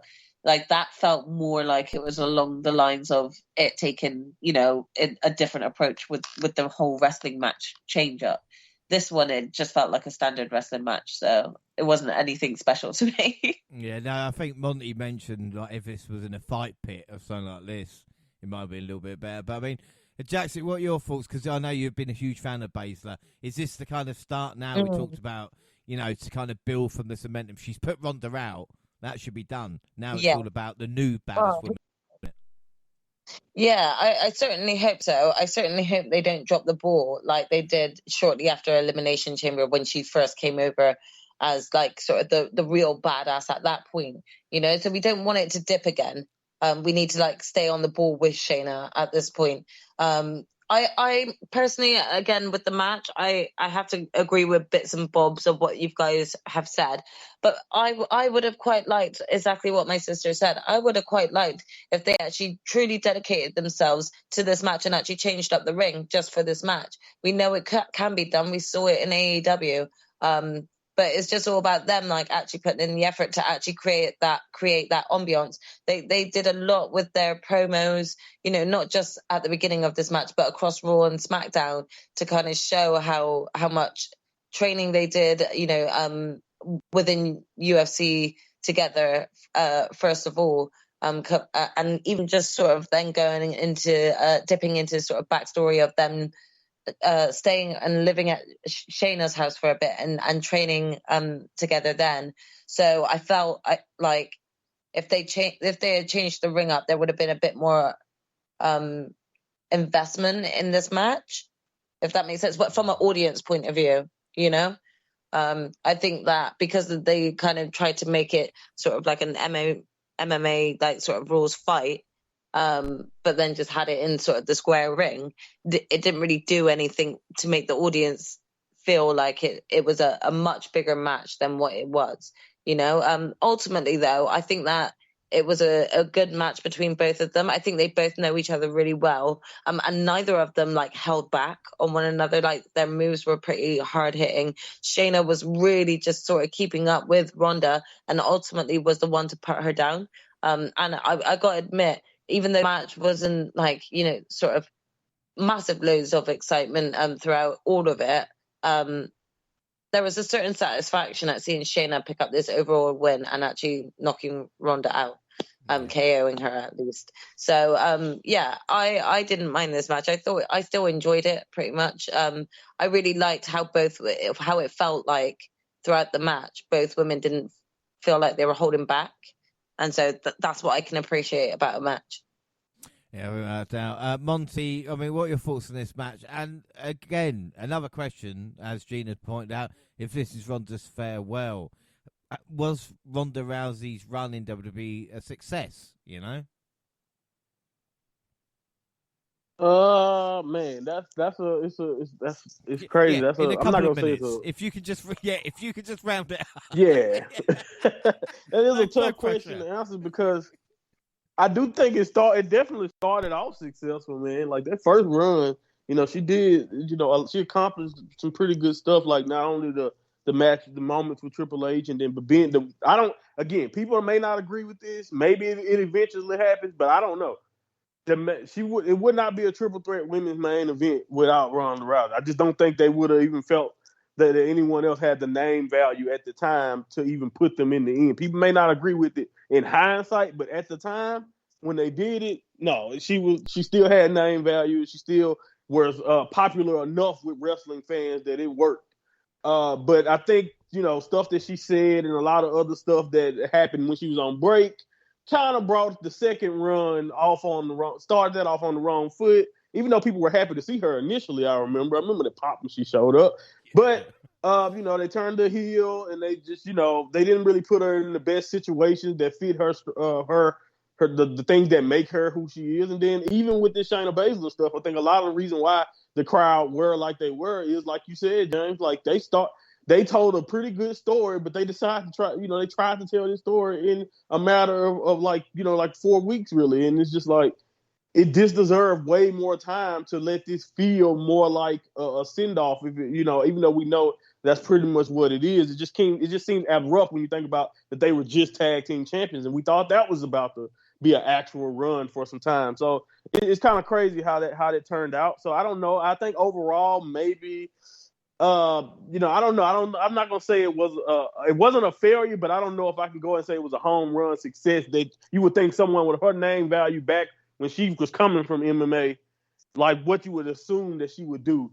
But I would say this: the thing is about that. The only way that they could have saved this match to me is like you have to do things outside of the box when it comes to, like you said, the fight pit. I agree.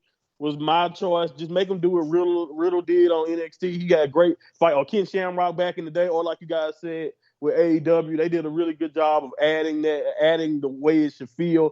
But those matches are always going to be hard to work. You're putting a performer in a tough spot because you're trying to make it look like a real fight.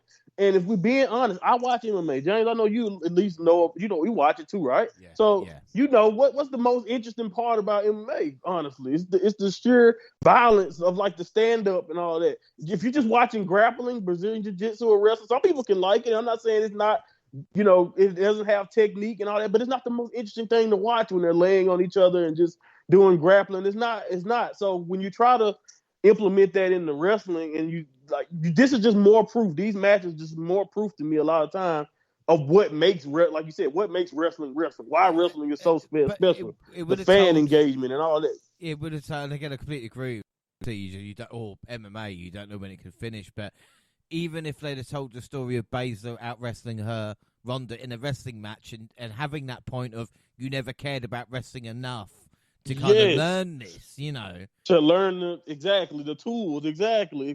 Like something like that would have been better executed, because even the stipulation kind of felt like tagged on for whatever reason. I understand this was an MMA, this come back from their past up in MMA, but it didn't necessarily have to be an MMA match. But I also will say this too, wrestling fans, we have to do better, because at the same time, I saw people getting up and going to use the bathroom before they even started. You know what I'm saying? Like, people moving around in the crowd before they even get started. And I'm not saying that just because it's MMA styles, it's going to be bad. Like, who knows? They could have came out and tried to destroy each other for your entertainment, and no one probably would have even seen it. Or it was people sitting down. And you mentioned earlier that the pacing of the show kind of did this too. They wanted a break and all of that. I've been to these event shows, and that's another thing. This is also on WWE. These big 4 pay-per-views, I went to the Royal Rumble. Do you know how many casual, not just casual fans in general, but casual wrestling fans?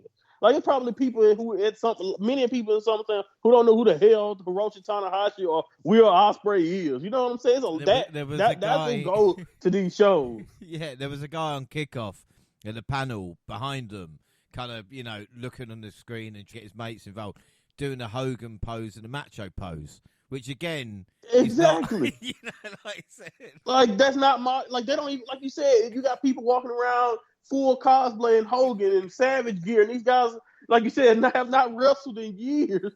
But those are the people that are at these shows, and you're expecting them to care about an MMA match when, like you said, they would be at an MMA show if that's what they cared about. You know what I'm saying? So, like, again, these are two different worlds. They can intertwine, and it can make some interesting matches, but they don't necessarily intertwine. We said this when we were previewing it, Jay. This is going to be a tough task, because we know how these work shoot style matches typically go. They only can work in a few ways, and either you be creative, or you actually have the guys go out there and or the girls in this case, go out there and beat the hell out of each other.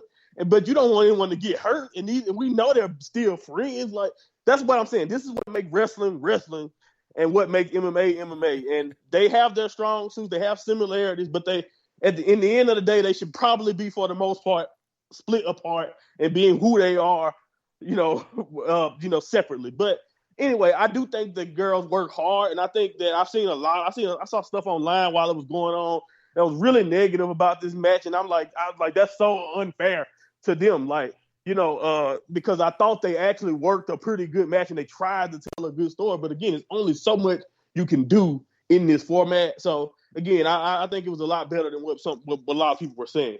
Yeah. Well, we're going to get our scores now anyway. So, Gina, what Ronda Baszler were you going to score out of 5? I don't know. Do you know what? I'll give it 3 3/4 this one. Yeah. Jaxie? Yeah, I gave it like a 3.9. Monty? Yeah, 3.5 for me. Yeah, I gave it a 3.5 as well. Predictions, we all went Baszler, so Jaxie's on 3, the rest are on 4. And the next match was the one I really wanted to see. Gunther versus Drew McIntyre. Now, Drew winning a world title in his home country, we're not going to get that, So what about Drew winning a championship in a stadium show? Would we get that maybe? I don't know. First time ever one-on-one, like I said, Gunther and Drew McIntyre. Ring General trying to break Honky Tonk Man's record. Great video building up Gunther. I mean, Jaxie, first off, Gunther looked like, just in that video, and how good he has been. And then again, Ludwig Kaiser alongside him, just a perfect kind of henchman, I mean, I think I actually said to my sister, he looks like the perfect ring general. That's what they're like. They're really sort of packaging him as. And in that package, that video package, that's exactly what he came across as.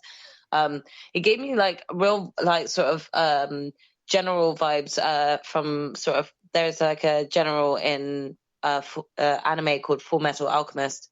He gave me general vibes of that, of a character from there. So it was kind of like a really good packaged promo to put before the match even started. It really got you hyped for the match, Yeah, without doubt.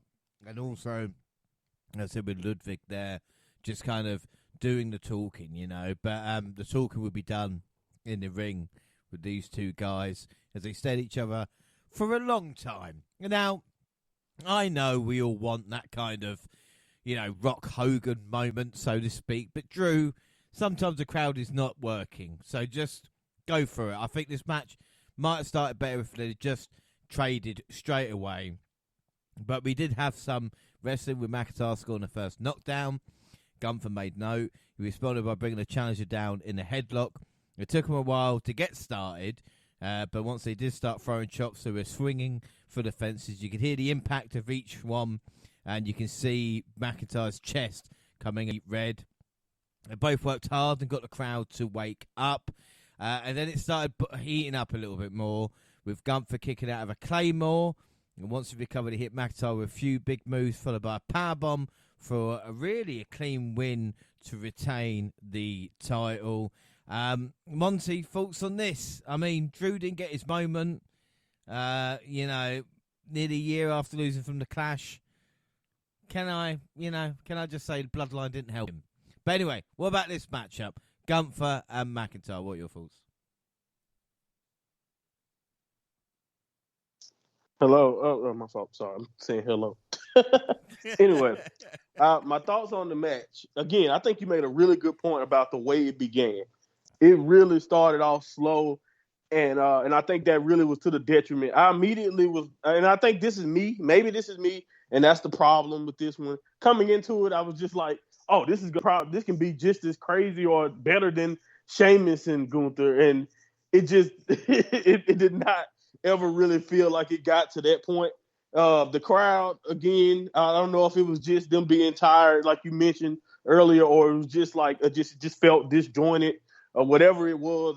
It wasn't that match, and I was like, well, maybe it's because they don't seem like they're beating the hell out of each other as much. Then I started to look at Drew chest, and I was like, no, they're still beating the hell out of each other. It was something off. I don't know what it was. It kind of gave me a feel of this could have been like on Raw, but this is like just a longer version of it with no breaks in between and stuff. So, but again, it was still good stuff.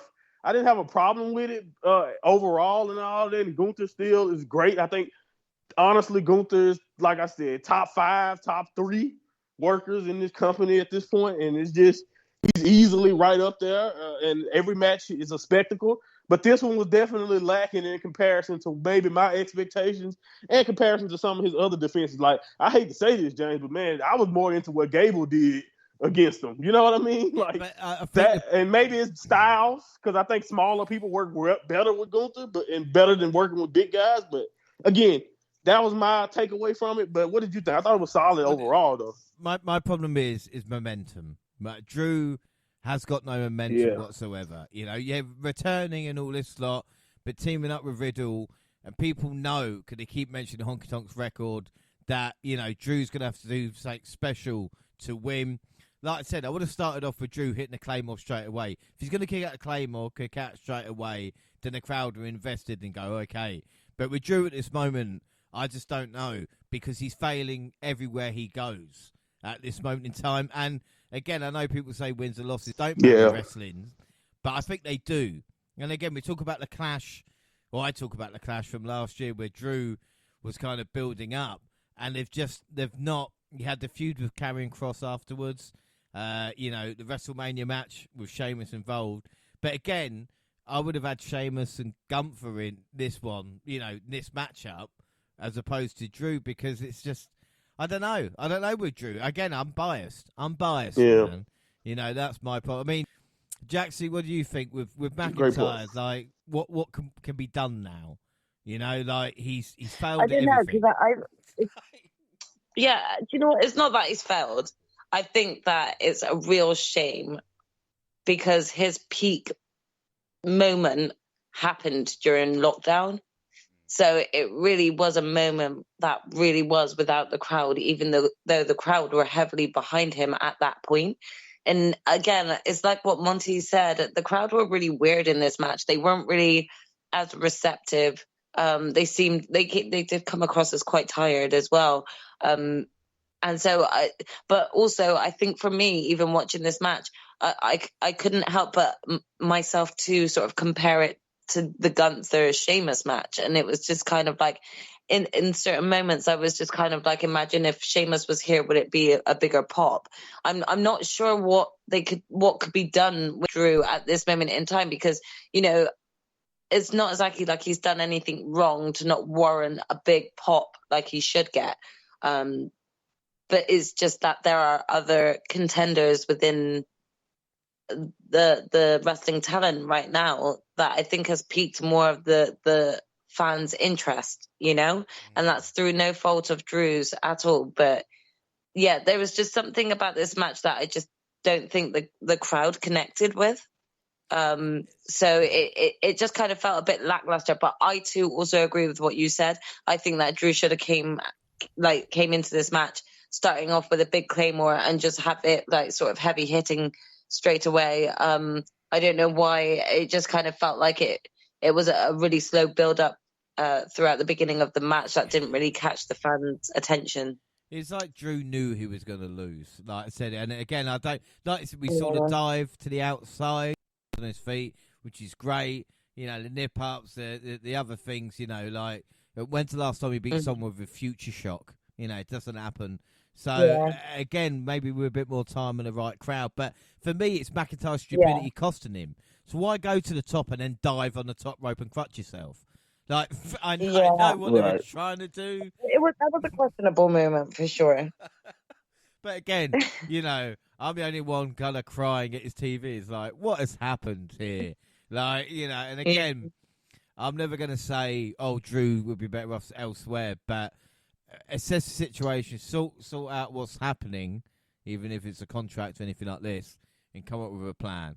Because Drew's too good just to kind of be doing nothing, so to speak. But then again, I don't know. Gina, what were your thoughts on this match? And start us off with scoring it out of 5.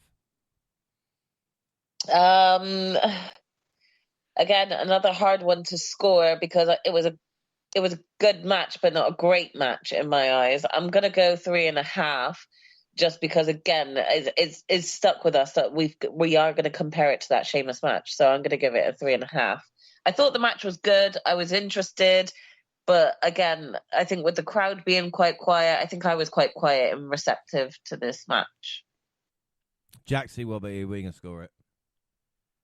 Yeah, I'm going to give this a 3.5. Again, I don't think that this was a bad match. I just think it was a little bit slow paced in certain points. But I'm definitely intrigued to see where things will go with Drew because, I don't really know what I don't know where things go for him here. No. So yeah, we'll see.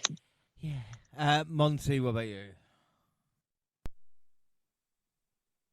Yeah, I think 3 3/4 maybe is probably the highest I can go. It was like I said, I thought they worked hard. If you just look at what they did, I get it. But like you said, with the crowd and then with the just all the things we just talked about Drew just kind of feeling nowhere near to the level that you would expect him to be at this point. And just again, like you said, that in the back of your mind, you're thinking about, man, Sheamus and Gunther beat the hell out of each other last year. And then you get to, even the triple threat match, again, I know that's a whole completely different style of match.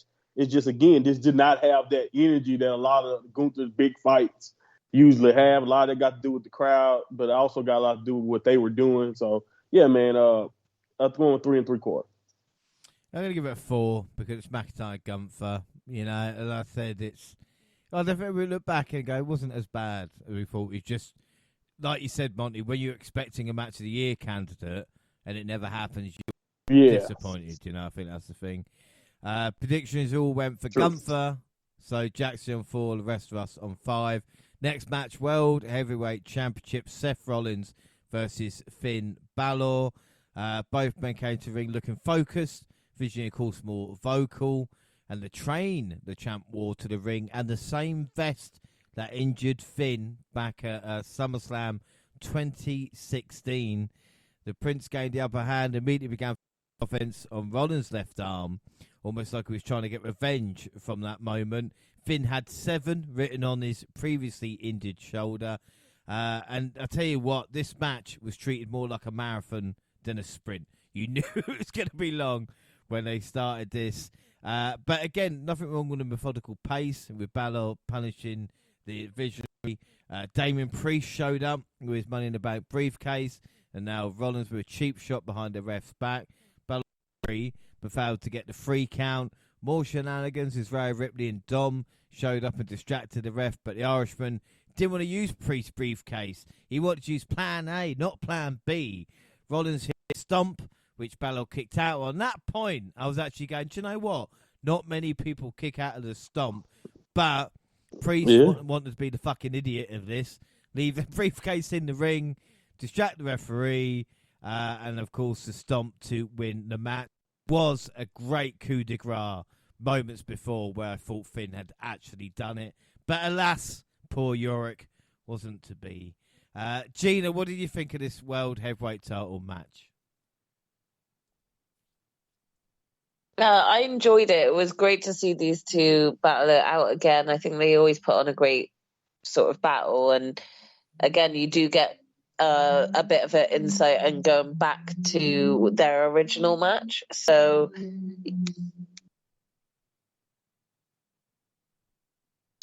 yeah, sorry, I accidentally muted myself.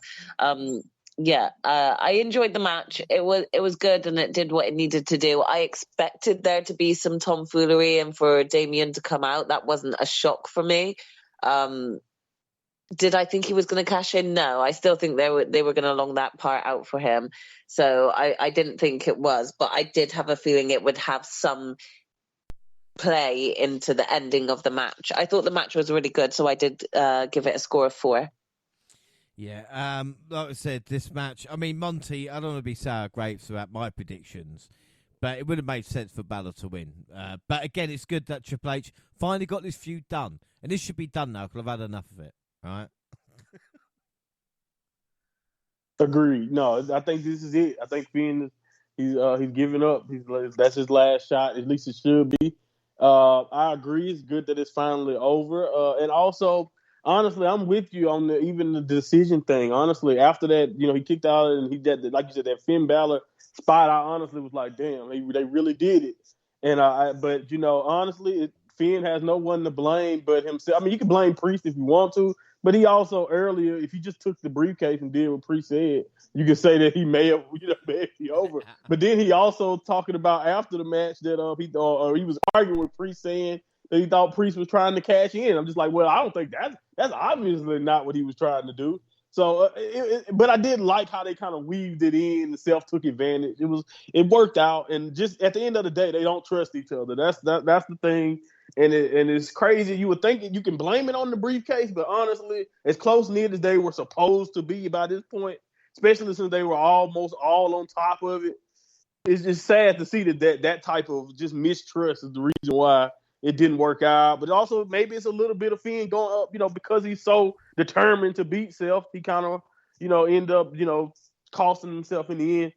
So I don't mind this story and all of that, but I really like this match. Like you said, it started off slow, but really once they started to kind of, get going, you could just see Finn and Self at this point have tremendous chemistry. Now they're going to probably have to be apart from each other for a while before we have to see this again. And I don't know if Finn will ever really get revenge for what happened. Honestly, we really be honest about it. Yeah, honestly, think about it. Will we ever see Finn Balor get revenge? Because he was the wrong party. It's kind of crazy that we all cheer and sang Self song, and Finn is supposed to be the bad guy here because he honestly was the guy who was done wrong, even though it was due to injury, and we know what this business is all about. But hey, it is what it is. Like Self said, he got bitter. Self got better, and yeah, I think that's the story, man. It's over, and we'll see what happens now, where they go from here. Priest is obviously still going to be hovering around Self because he has the briefcase. And I think honestly, it seems like is Self the only decision he made. He hasn't teased Roman at all, and I think it's obvious that he has. I know why he haven't, but you know what I'm saying. It's like, dude, you got a choice for everyone.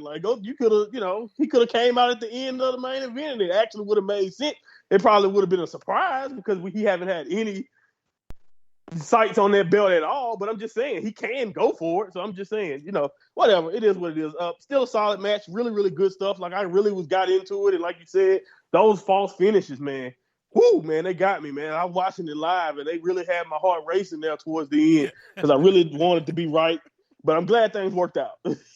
Well, this is the thing. I hope Finn, in 7 years' time, at SummerSlam 2030, says to Seth, 7 years ago, 7 years previous to that as well, me. So I want revenge for the last 14 years.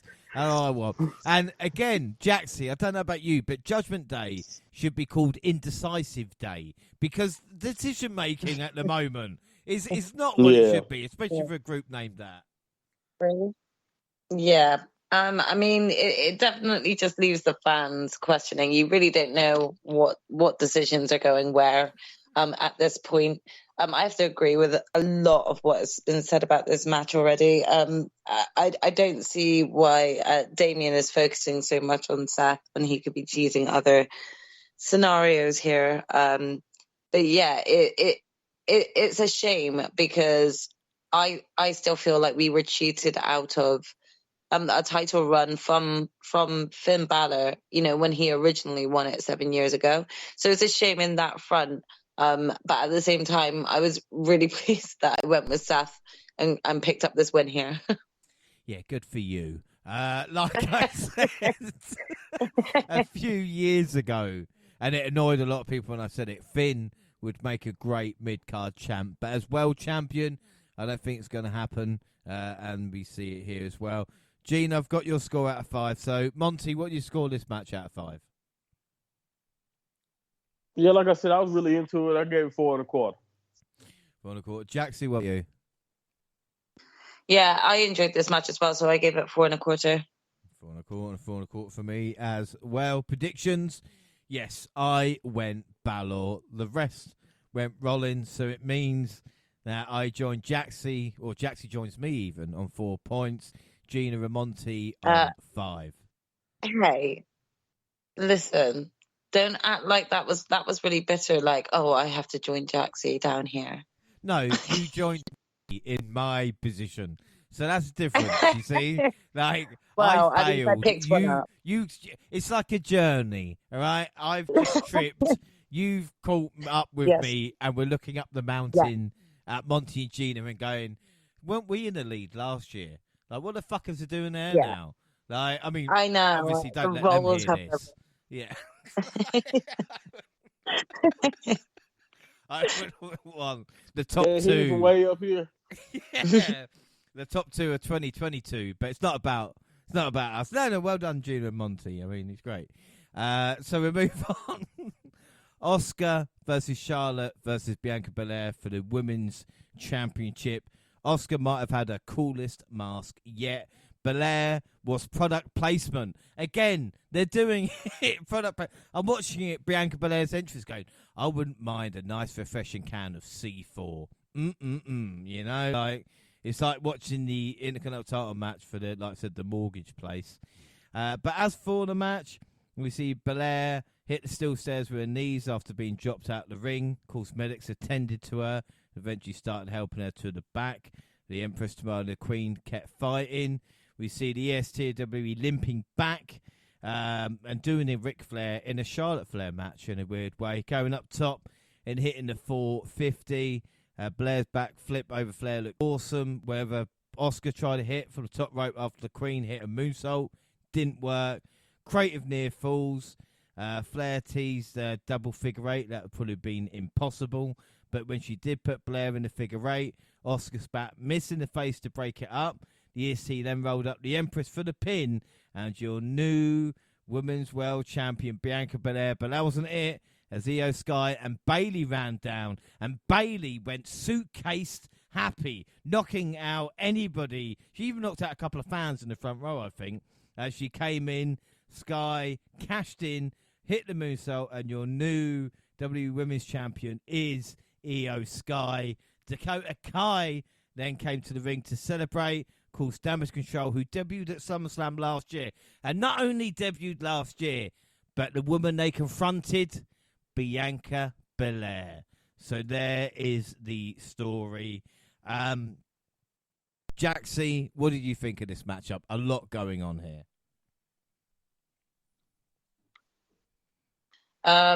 Yeah, like I think this match it was good. I think the surprise ending with Io really sort of like built up this match to be even more exciting.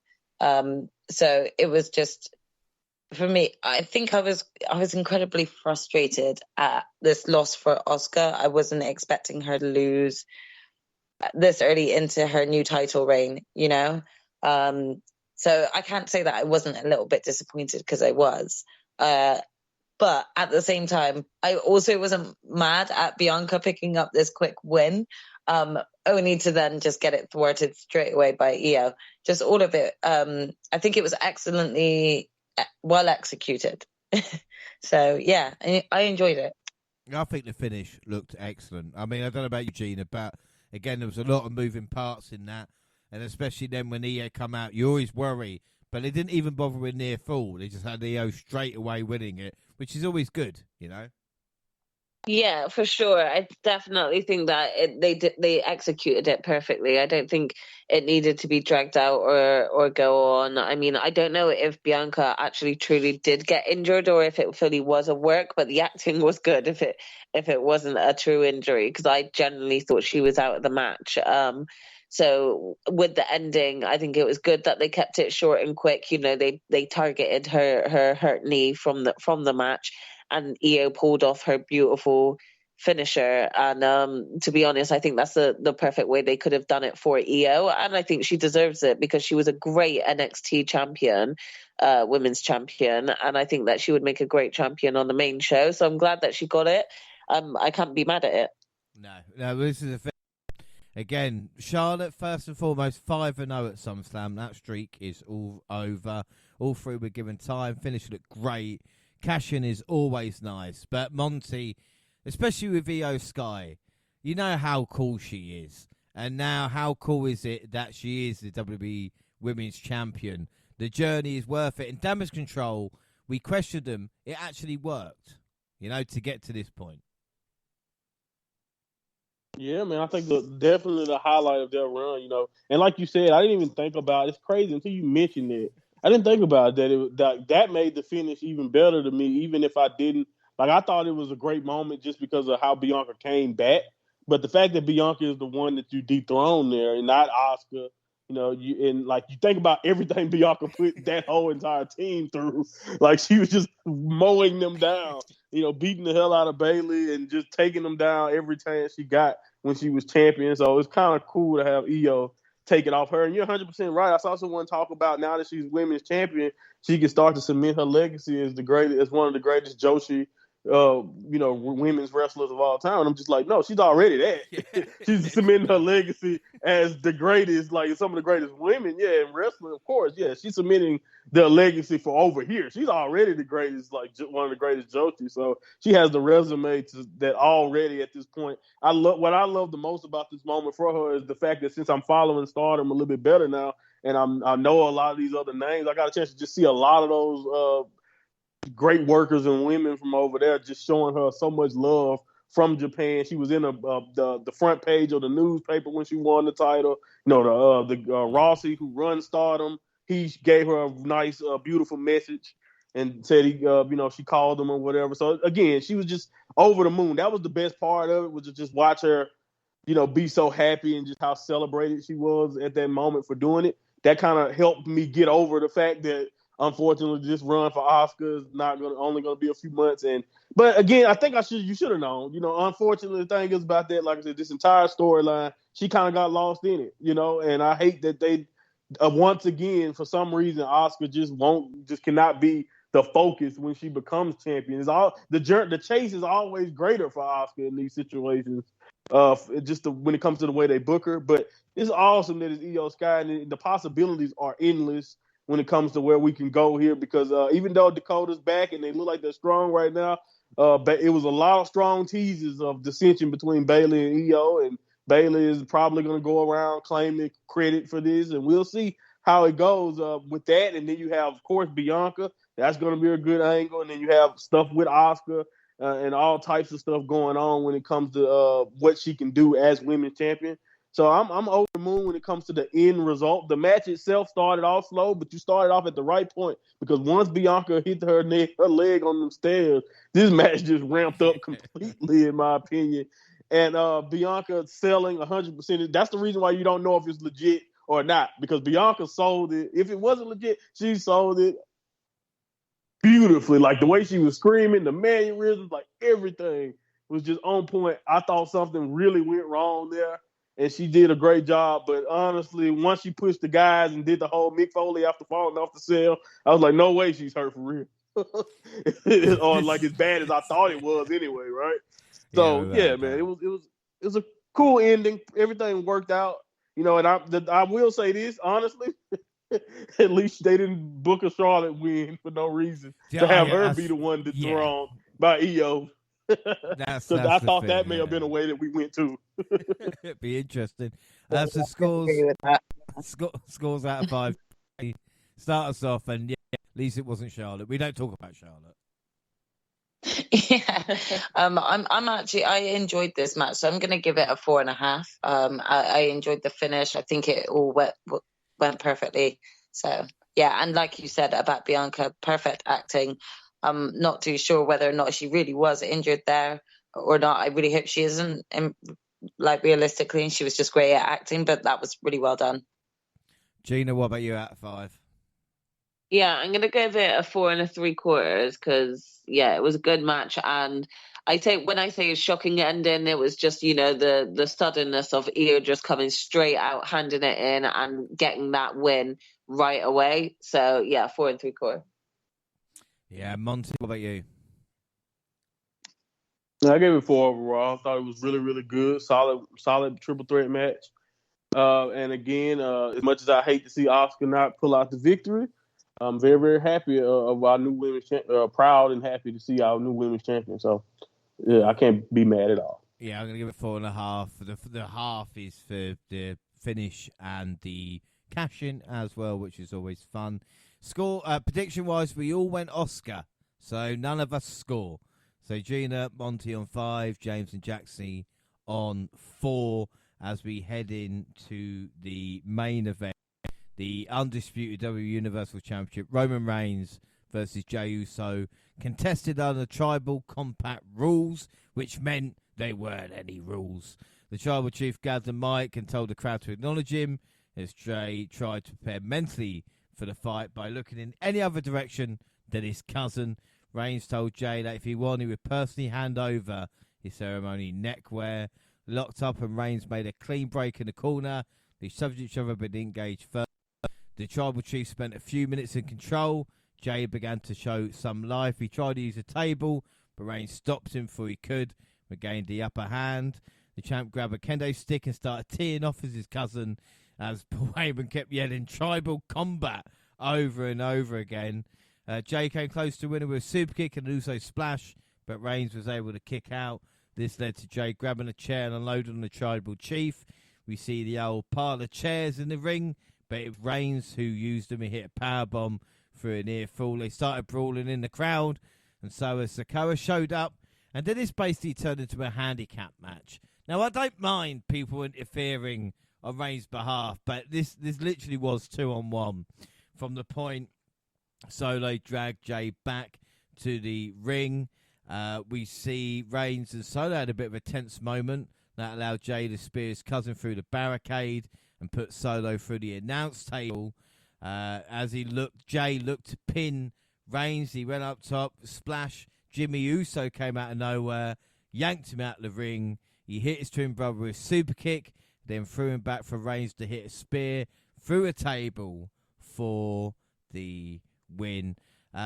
So, Monty, what were your thoughts on Roman Reigns' first title defense and singles match since WrestleMania? Awesome how they did that, right? Awesome how he hasn't defended that belt one-on-one. Yeah, man, it's been great, right? But I'm just gonna go. I gotta go and say it. And with all due respect, I'm not disrespecting Tribal. combat or whatever. But what was the point of it? Tell me. Can anyone tell me what was unique about this match that made it tribal combat when it comes to like it just felt like a street fight, basically, or just any other weapons match that they've allowed in WWE. No unique weapons, nothing unique around the ring. It's just like that. First, that's my first complaint. Secondly, Triple H booked this, right? Definitely booked this. Because this felt like a Triple H world title match. And not in the sense that not necessarily in an entirely negative way, but I only really mean it in the sense that it went on forever. Like, oh my goodness, when I tell you they wasted time. They wasted a lot of time. It was a lot of exciting, moments. It was some spots. It was some good stuff in a lot of stuff you highlighted were a lot of the highlights of the match. But really, in between all of that, it was a lot of grandstanding and time wasting. And the crowd, definitely was into some of the spots. They wanted to see some of the stuff. But I just honestly was waiting on something something unique or something different to happen. Then Solo shows up, and then it's even less unique because Solo always shows up. And I don't know, the internet, if you go off Twitter, they thought it was no interference, but honestly, I knew they kept saying no DQ for a reason, which, let's just be real, that's lazy. Anything else is always low-key lazy. But the only person not to know Solo to interfere in the match would be Drew McIntyre. Like I said, he's the only one. Right, Drew's the only one. He's the only one who got a good excuse at this point, because at least Solo wasn't even on the main roster yet. You know what I'm saying? Like, everyone else after that should know Solo was going to show up. It's literally the one thing. He doesn't even have one-on-one matches anymore. He just shows up. He just shows up and help Roman at this point. Like, everyone should know it's happening. So, again, so he showed up, and that wasn't really unique. And like, again, and this is my straight up live watching it the night of experience. And at that point, I was struggling. I really said, you know what, I probably should go to sleep, but I'm gonna try to keep going. Then I rewatched it a week later to do this, and guess what? I almost fell asleep again. And it's not. And again, I don't want to act like they were doing anything wrong, because I didn't have a problem with anything that happened in the match, because it's about what I expected. But this is by far, in my opinion, the weakest Jey Uso and Roman Reigns match. Like, they had two way better matches in the past, and this was just not it for some reason. And a lot of it had to do with me just waiting on something different to happen. And then when we get to the finish, I told you when we were predicting this, Jay, we're probably going to get a Jimmy Uso. We're probably going to get a Jimmy Uso turning on Jay. They're kind of planting that seed for some reason. I hope not, but that's what we'll get. We got the Io cashing right as well. We didn't mention that. Like, we actually smashed. Yeah, exactly. Right? Look at us. Like, yeah, we mentioned it. We actually said that she's probably going to make. We knew she was going to make an appearance, but I didn't know if it would be successful or not. Look what happened. So, hey, I mean, there you go, James. Like, we're on a roll at this point. But like I said, even the Jimmy stuff, I kind of saw coming. And then the way it happened, I was just like, okay, well, fine. But then I will say, once I thought about it, and I was like, well, I feel like the last 4 or 5 Roman defenses have ended sort of like this. So I'm just like, okay, we're really going to have to do something to spice this up, guys, because, this is kind of feeling samey here. But, it is what it is. I picked Roman. I knew this was going to happen, so I'm not going to go too hard and say it was bad. I thought the work they did was fine, but honestly, I was seriously hoping, and maybe I was wrong for hoping, that the tribal comeback was going to have something unique about it, or at least something very different. Like a Punjabi prison. Do you know? Not a but or something like that. Not that bad, because, oh my God, that was bad. But I know what you mean. But Yes, something. Right. Give me something. Give me some like trees in the thing, like the little fake palm tree somebody can throw on somebody. Something different. Anything. Sitting on on the stage. Exactly. Capture Rikishi, something. Give me something. You know what I'm saying? Other than the gear that they wore, for the entrances and all of that, it was nothing tribal about this comeback. This was just a street fight. It was just a normal Extreme Rules match, whatever you want to call it, man. So again, that's my biggest disappointment when it comes to this match. But I did think they worked overall pretty well, and the high spot was reacted to pretty well. For a crowd that seemed tired earlier, they reacted to a lot of the highest moments of this match well. But honestly, it took forever, and I just did not like that it was nothing really too different about this match. And maybe that was me assuming way too much, even though we all knew the result probably what it would be.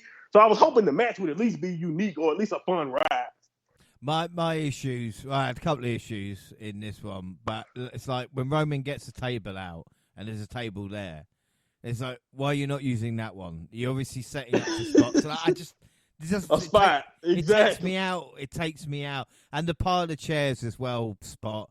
I get a bit bored. But again, Jaxie, we have loved this storyline for. I mean, the first pod we did together was Jay versus Roman. And as Monty points there, is it time to kind of move on? Or does it feel like we're kind of going back now with the Jimmy turning on his brother? Yeah, I mean, so firstly, I have to actually agree with everything that Monty has said. Throughout the whole match, I really was questioning what is meant to make this a tribal combat. Exactly what Monty said. It was an Extreme Rules match at best. So, I actually like the idea of potentially having some of the legends that were actually featured in the promo building up to this, actually having them out on stage, maybe out and around the ring, like as if they actually are all witnessing this tribal combat, like make it actually feel like it's meant to be a tribal combat. Yeah, like, sort of like exactly what my sister just said. In the Black Panther movie, when M'Baku like challenges T'Challa, like that is a tribal combat type situation, like make it something like that. Like you could have had sort of all the legends and everything all around it. I know that would have like thwarted your plans with Jimmy, but again, this leads into my point of why did you go this route? Being a twin myself, I would never stop my sibling from enhancing themselves. And this was Jay's moment. Also, I don't get why he would do this when Jimmy was the one who first went against Roman and was like, we've had enough of this. And now you just stop him from getting that win over Roman. Yeah. Like, how does that make sense? Well, I found this. Yeah, I found this really distasteful. I definitely took it personally. I feel a little bit betrayed by Jimmy myself. And I actually still feel like slapping him if I ever met him for doing that. Gina, what about you? Because you might feel Jimmy was vindicated. And, might... I'm not going to cause any trouble, but, maybe you super kicking the twin. You are, James. It's not a bad thing. Like... Yeah, he's definitely trying to cause trouble. Right? He is. He's trying to stir. No, I definitely disagree with him turning on his brother. Again, for me, I'm going to touch back on my point that I made earlier in the show, where I say WWE just love to break up tag teams, including siblings, and it doesn't make sense. Like, this is the solidarity you should be keeping. I don't understand why they would try to do this for them. And it felt like a bit of a cop-out ending because they didn't really know what to do. And for me, I just felt a bit disappointed. Not disappointed from their wrestling. Again, they did commit a lot and they gave a good match. So I'm not saying it wasn't a good match. But it just felt, with the build up from where it started, like you guys just pointed out, where this started from, like the way at the start of, the pandemic period, it just felt like a cop out ending. Yeah, I would agree there. It's interesting though, because I think this is the most negative we've been about Saint Roman and the bloodline, so, Yeah. But again, it's not the end. I mean, again, we knew Reigns would retain. It's just a story rather than kind of what's next for Reigns. It seems to be the story of Jay and Jimmy. And again, this year, that's what it's felt like with the bloodline. When you talk about one defense for Roman, this year has not been about him. It's been about Jimmy and Jay.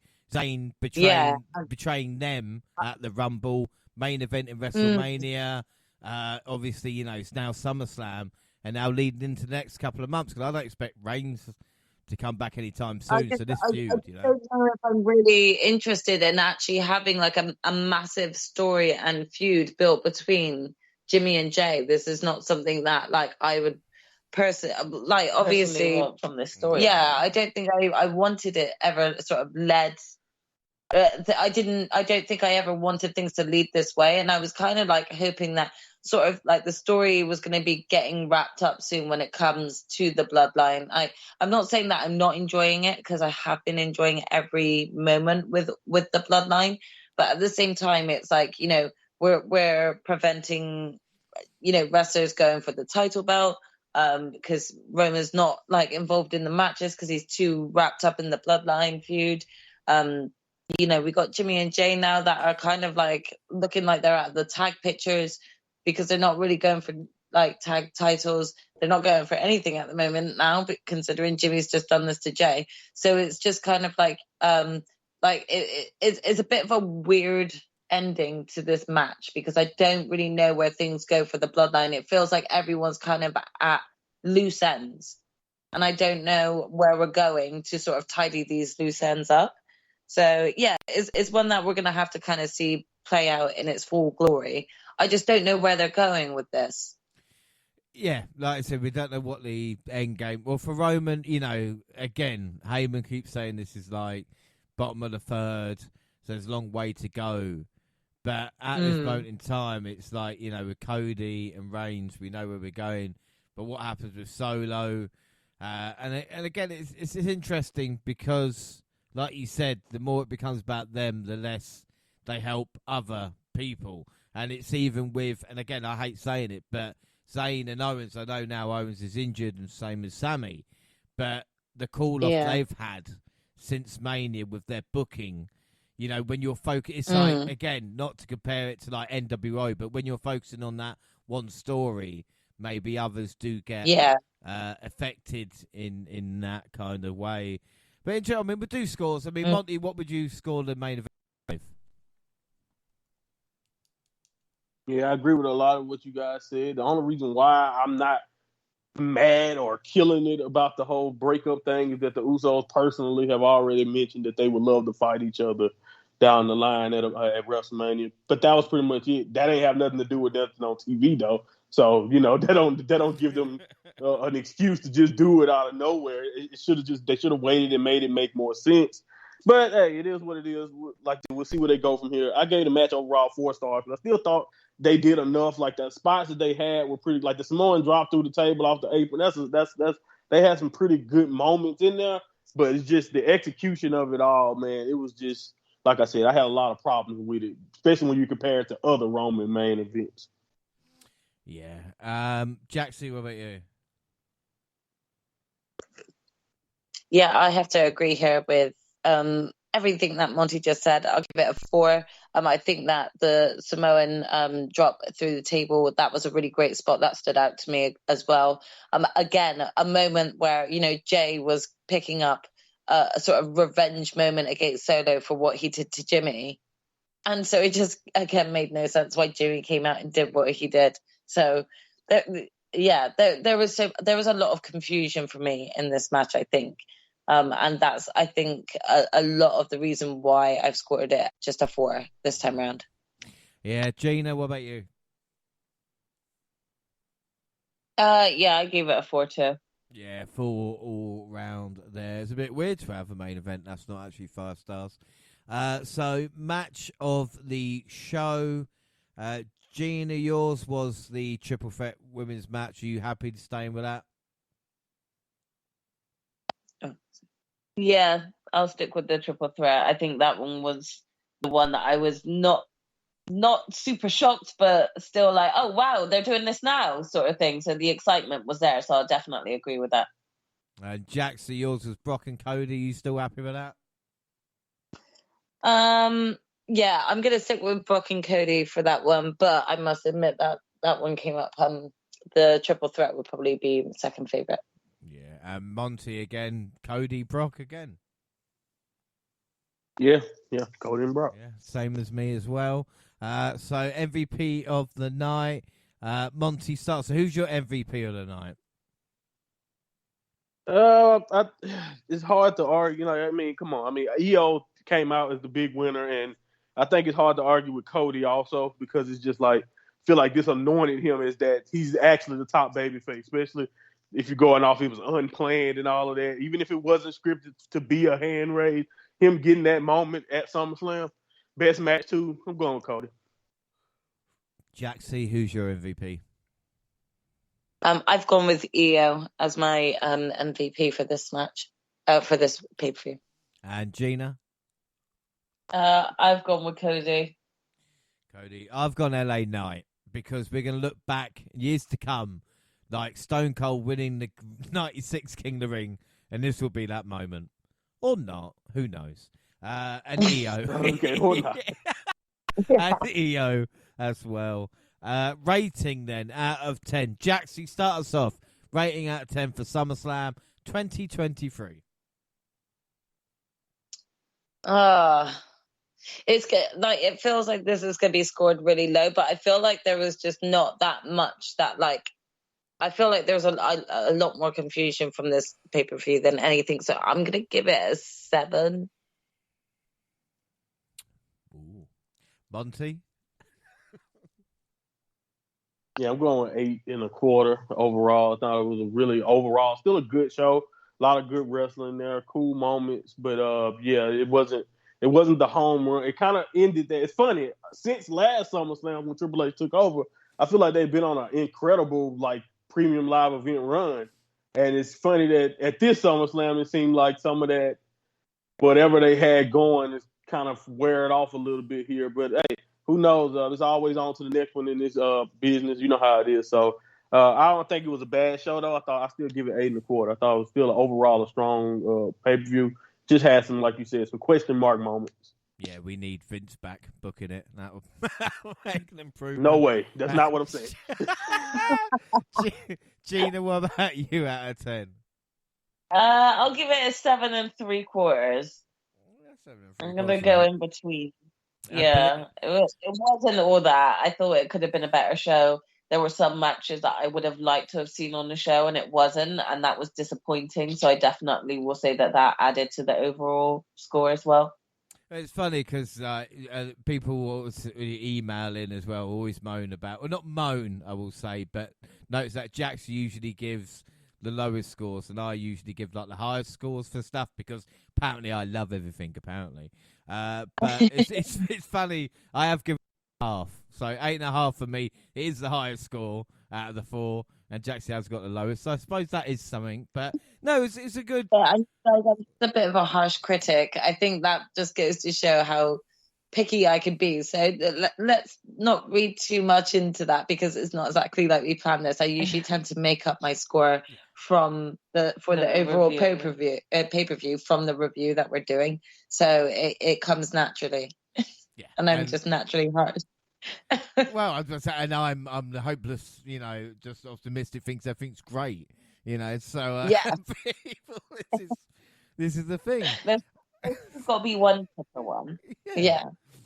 But in the middle, exactly, me and Jaxie in the middle, there's basically the perfect score, I suppose. But it was fun, but the crowd were flat at times. And finally, the press conferences, Byron Saxton heading it, Cody first, promoting the drink, about how he's found his final form or how he feels he's reached it, how accommodating the WWE roster has been to him, and even like being shocked about Brock giving him that moment because he didn't know, and realizing, like Monty, you said, that he is the number one guy in WWE now, or number one babyface as it was.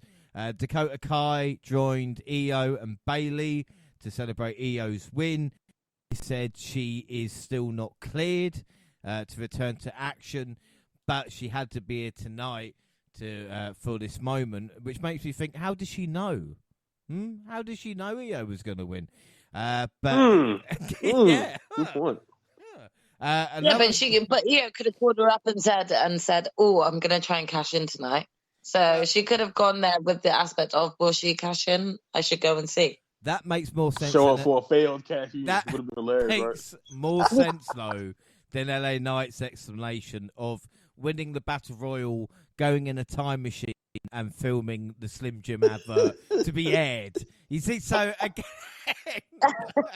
that was the response. So, Paul Heyman said he was in the third inning, and Triple H, again, I think Triple H just has to say it's like the biggest premium live event of all. Like, I don't think he needs to. He just everything. We smashed everything. Just everything. Fucking the most watched watched. It's always the most watched. So we made. I feel sorry for Payback in 4 weeks' time. Not only because Triple H called it Backlash, but the fact is, how can it be bigger than any other premium live event? I just don't understand. He talked about the Brock Cody moment, called him Brock one of the best of all time. He said, we're doing really, really well at the moment. Asked about Vince McMahon's involvement, he said Vince doesn't get involved with day-to-day stuff. Of course, if I have something that I want to ask him, why not use him? So he was very kind of on point about that as well. But he's loving it because WWE are making so much money. It is fucking stupid. Like, they are I think the quarter profits was something like 400 million made. So they are going to kill it money. this year. Wow. Raw and SmackDown, haven't had a chance to catch up with it yet, so we'll do that on the Payback pod in 4 weeks' time. I think that's about it. Has anybody got anything else to say about SummerSlam, or should we leave it there? No. I like Jimmy's explanation. That's about it. But you haven't seen it yet, so don't worry about it. No. Go. What was Jimmy's explanation then? Go on, quickly. Help us out. He did it because he loves Jay. Right. He loves Jay. He said he didn't want Jay to turn into the manipulative a-hole that Roman Reigns is if he became the chief. Stuff, some bull job like that. Jay had an awesome response. He also explained that what if you won, and then what would become of the Usos? Yeah, what we gonna do? Yeah, what's the Usos? So it was a pretty selfish move, basically, because you're like, oh, okay, well, you're not gonna want to be a tag champ with me. What about me? Yeah. It was a what about me moment. And Jay has quit WWE now as well. That was the latest. Yes, he just walked out. Section. Deuces. He said deuces. I get to say him at All In. We're going to see him at All In then, I suppose. If Jay is right, it's right there. Yeah. Oh man, right there. That would take this to the next level. If they called Impact or AEW, like, hey, just hold Jey Uso for a while, just for a couple months until we can get him back from Mania. That would be so funny. That would be so funny if they actually did that and worked that into a program. But ain't no way that Vince would allow Jay to. Yeah, we know how that goes. It's not Vince, it's Triple H. Triple H would be very angry with you right now. He's made it clear Vince has got nothing to do with this. And who is he? Well, you know how they look at it. They'll be like, well, no, our guy's going to give them more viewers, so we're not going to do it. But, whatever. Yeah. Right, so I guess that is it then. We'll find out at Payback. Yeah, that's it. If Jimmy and Jay are going to have that match. And what happens, like I said, there's going to be a lot of interesting things to happen before then. But that is it. Don't forget, of course, all social media, Twitter at the WNR Podcast, I'm at the WNR JR. You can find the entire WNR team on the Twitter banner. Monty, where can people find and listen to you? All right, you can go to @MyMontyPod on Twitter. Like you said, go to James's Twitter banner. Of course, that's the quickest way you can find me, especially if you're already following the WNR. But you can find me at MyMontyPod. Click the link in my bio. I usually got a pinned tweet for my latest pod right now.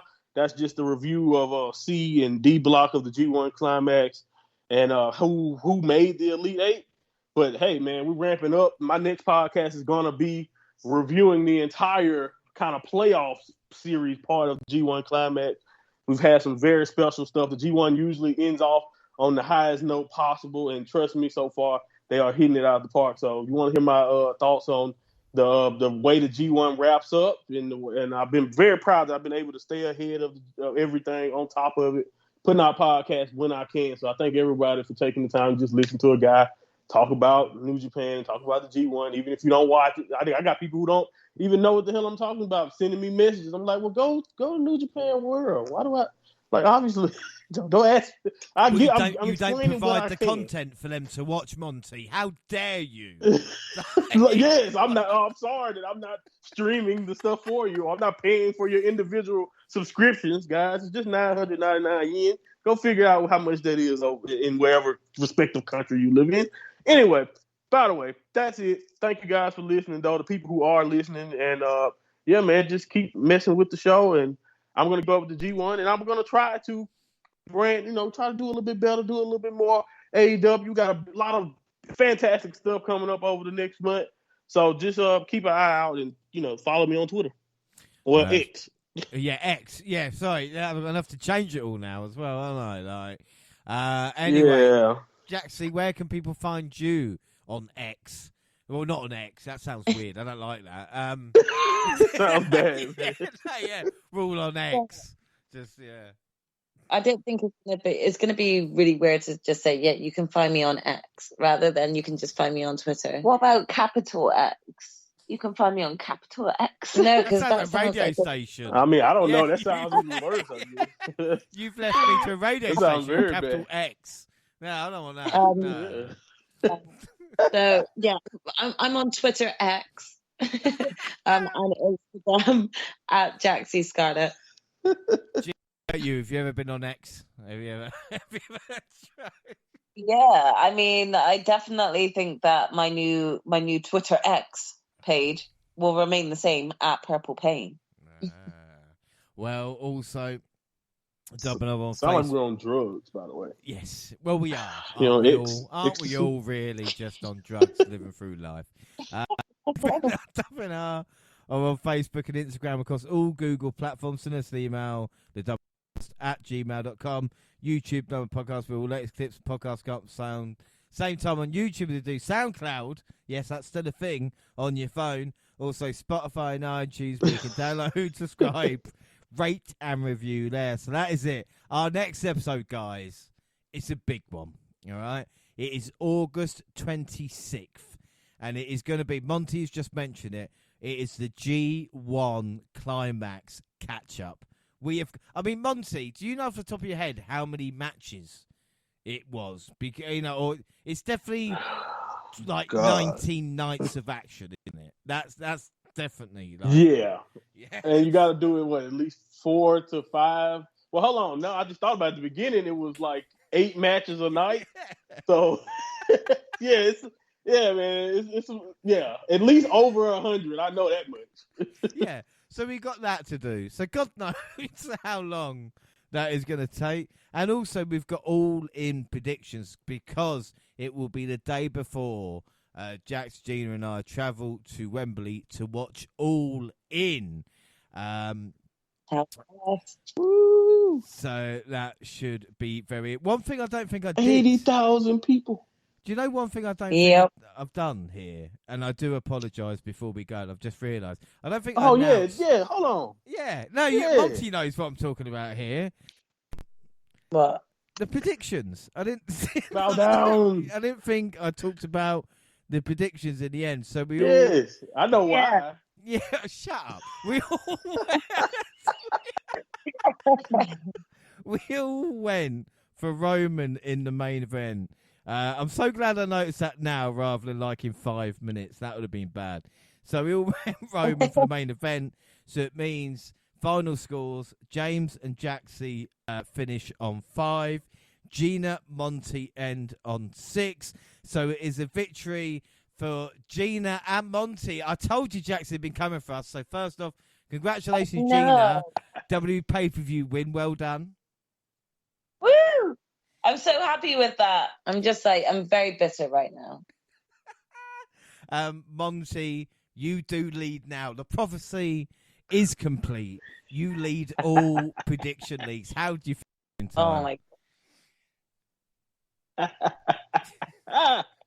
Man, I need me a Roman Reigns shirt right now, because I feel like the only one right now. I really do feel like the only one. I'm on top. I'm on top, and I'm just gonna ride this wave out the rest of the year. I'm going towards All In It. all out of it. What's next? What's after that? You're going to be all out of it, son. Payback's the same weekend as All Out.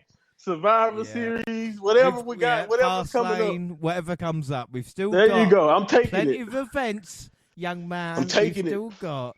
So it You're means... right. I'm not too cocky yet, but I'm on top right now, man. No, Let me ride. Congratulations, you sir. Yeah, man. It means over the clouds. You, Jaxie, me, Gina, and fucking let me try and get this out. Gina, I, Monty, 3 of us, not Jaxie, all on 4 points now when it comes to WWE. Jaxie's on 1, so you're 3 behind Jaxie, and we're running out of events. I know. All right? My plan... Again, I said my comeback year is coming up next year. My plan here is to win all in, get a perfect score, and then I'll be tied with Monty on the bonus, tied with him on AEW, beat him at All Out, and then shit, I've still got NXT stuff. I've not won that this year. I forgot about it. No mercy. I'll come up with a plan. No way, we'll be fine. We'll be fine, everybody. It'll work out. So, question is, can anybody stop Monty and Gina? We just don't know.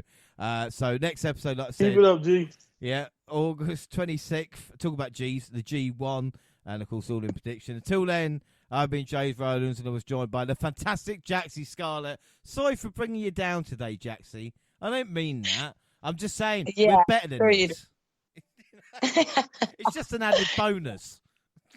Of course. Well, I mean, my comeback will happen soon. So keep watching this space. I will make a comeback. And of course, the mind of Monty, the man who cannot be stopped at this moment in time. The man of the hour, too sweet to be sour, Monty. Psychic. I'm on it, man. I'm on it. And of course, the genius of Gina. Gina, see, don't stop. You're breathing down. If anybody can stop him, you're our only hope. All right? Don't worry. I'm gonna tap into the G site real soon. Everything's for America. I'll be on top. And there'll be a USA. There'll be a new USA.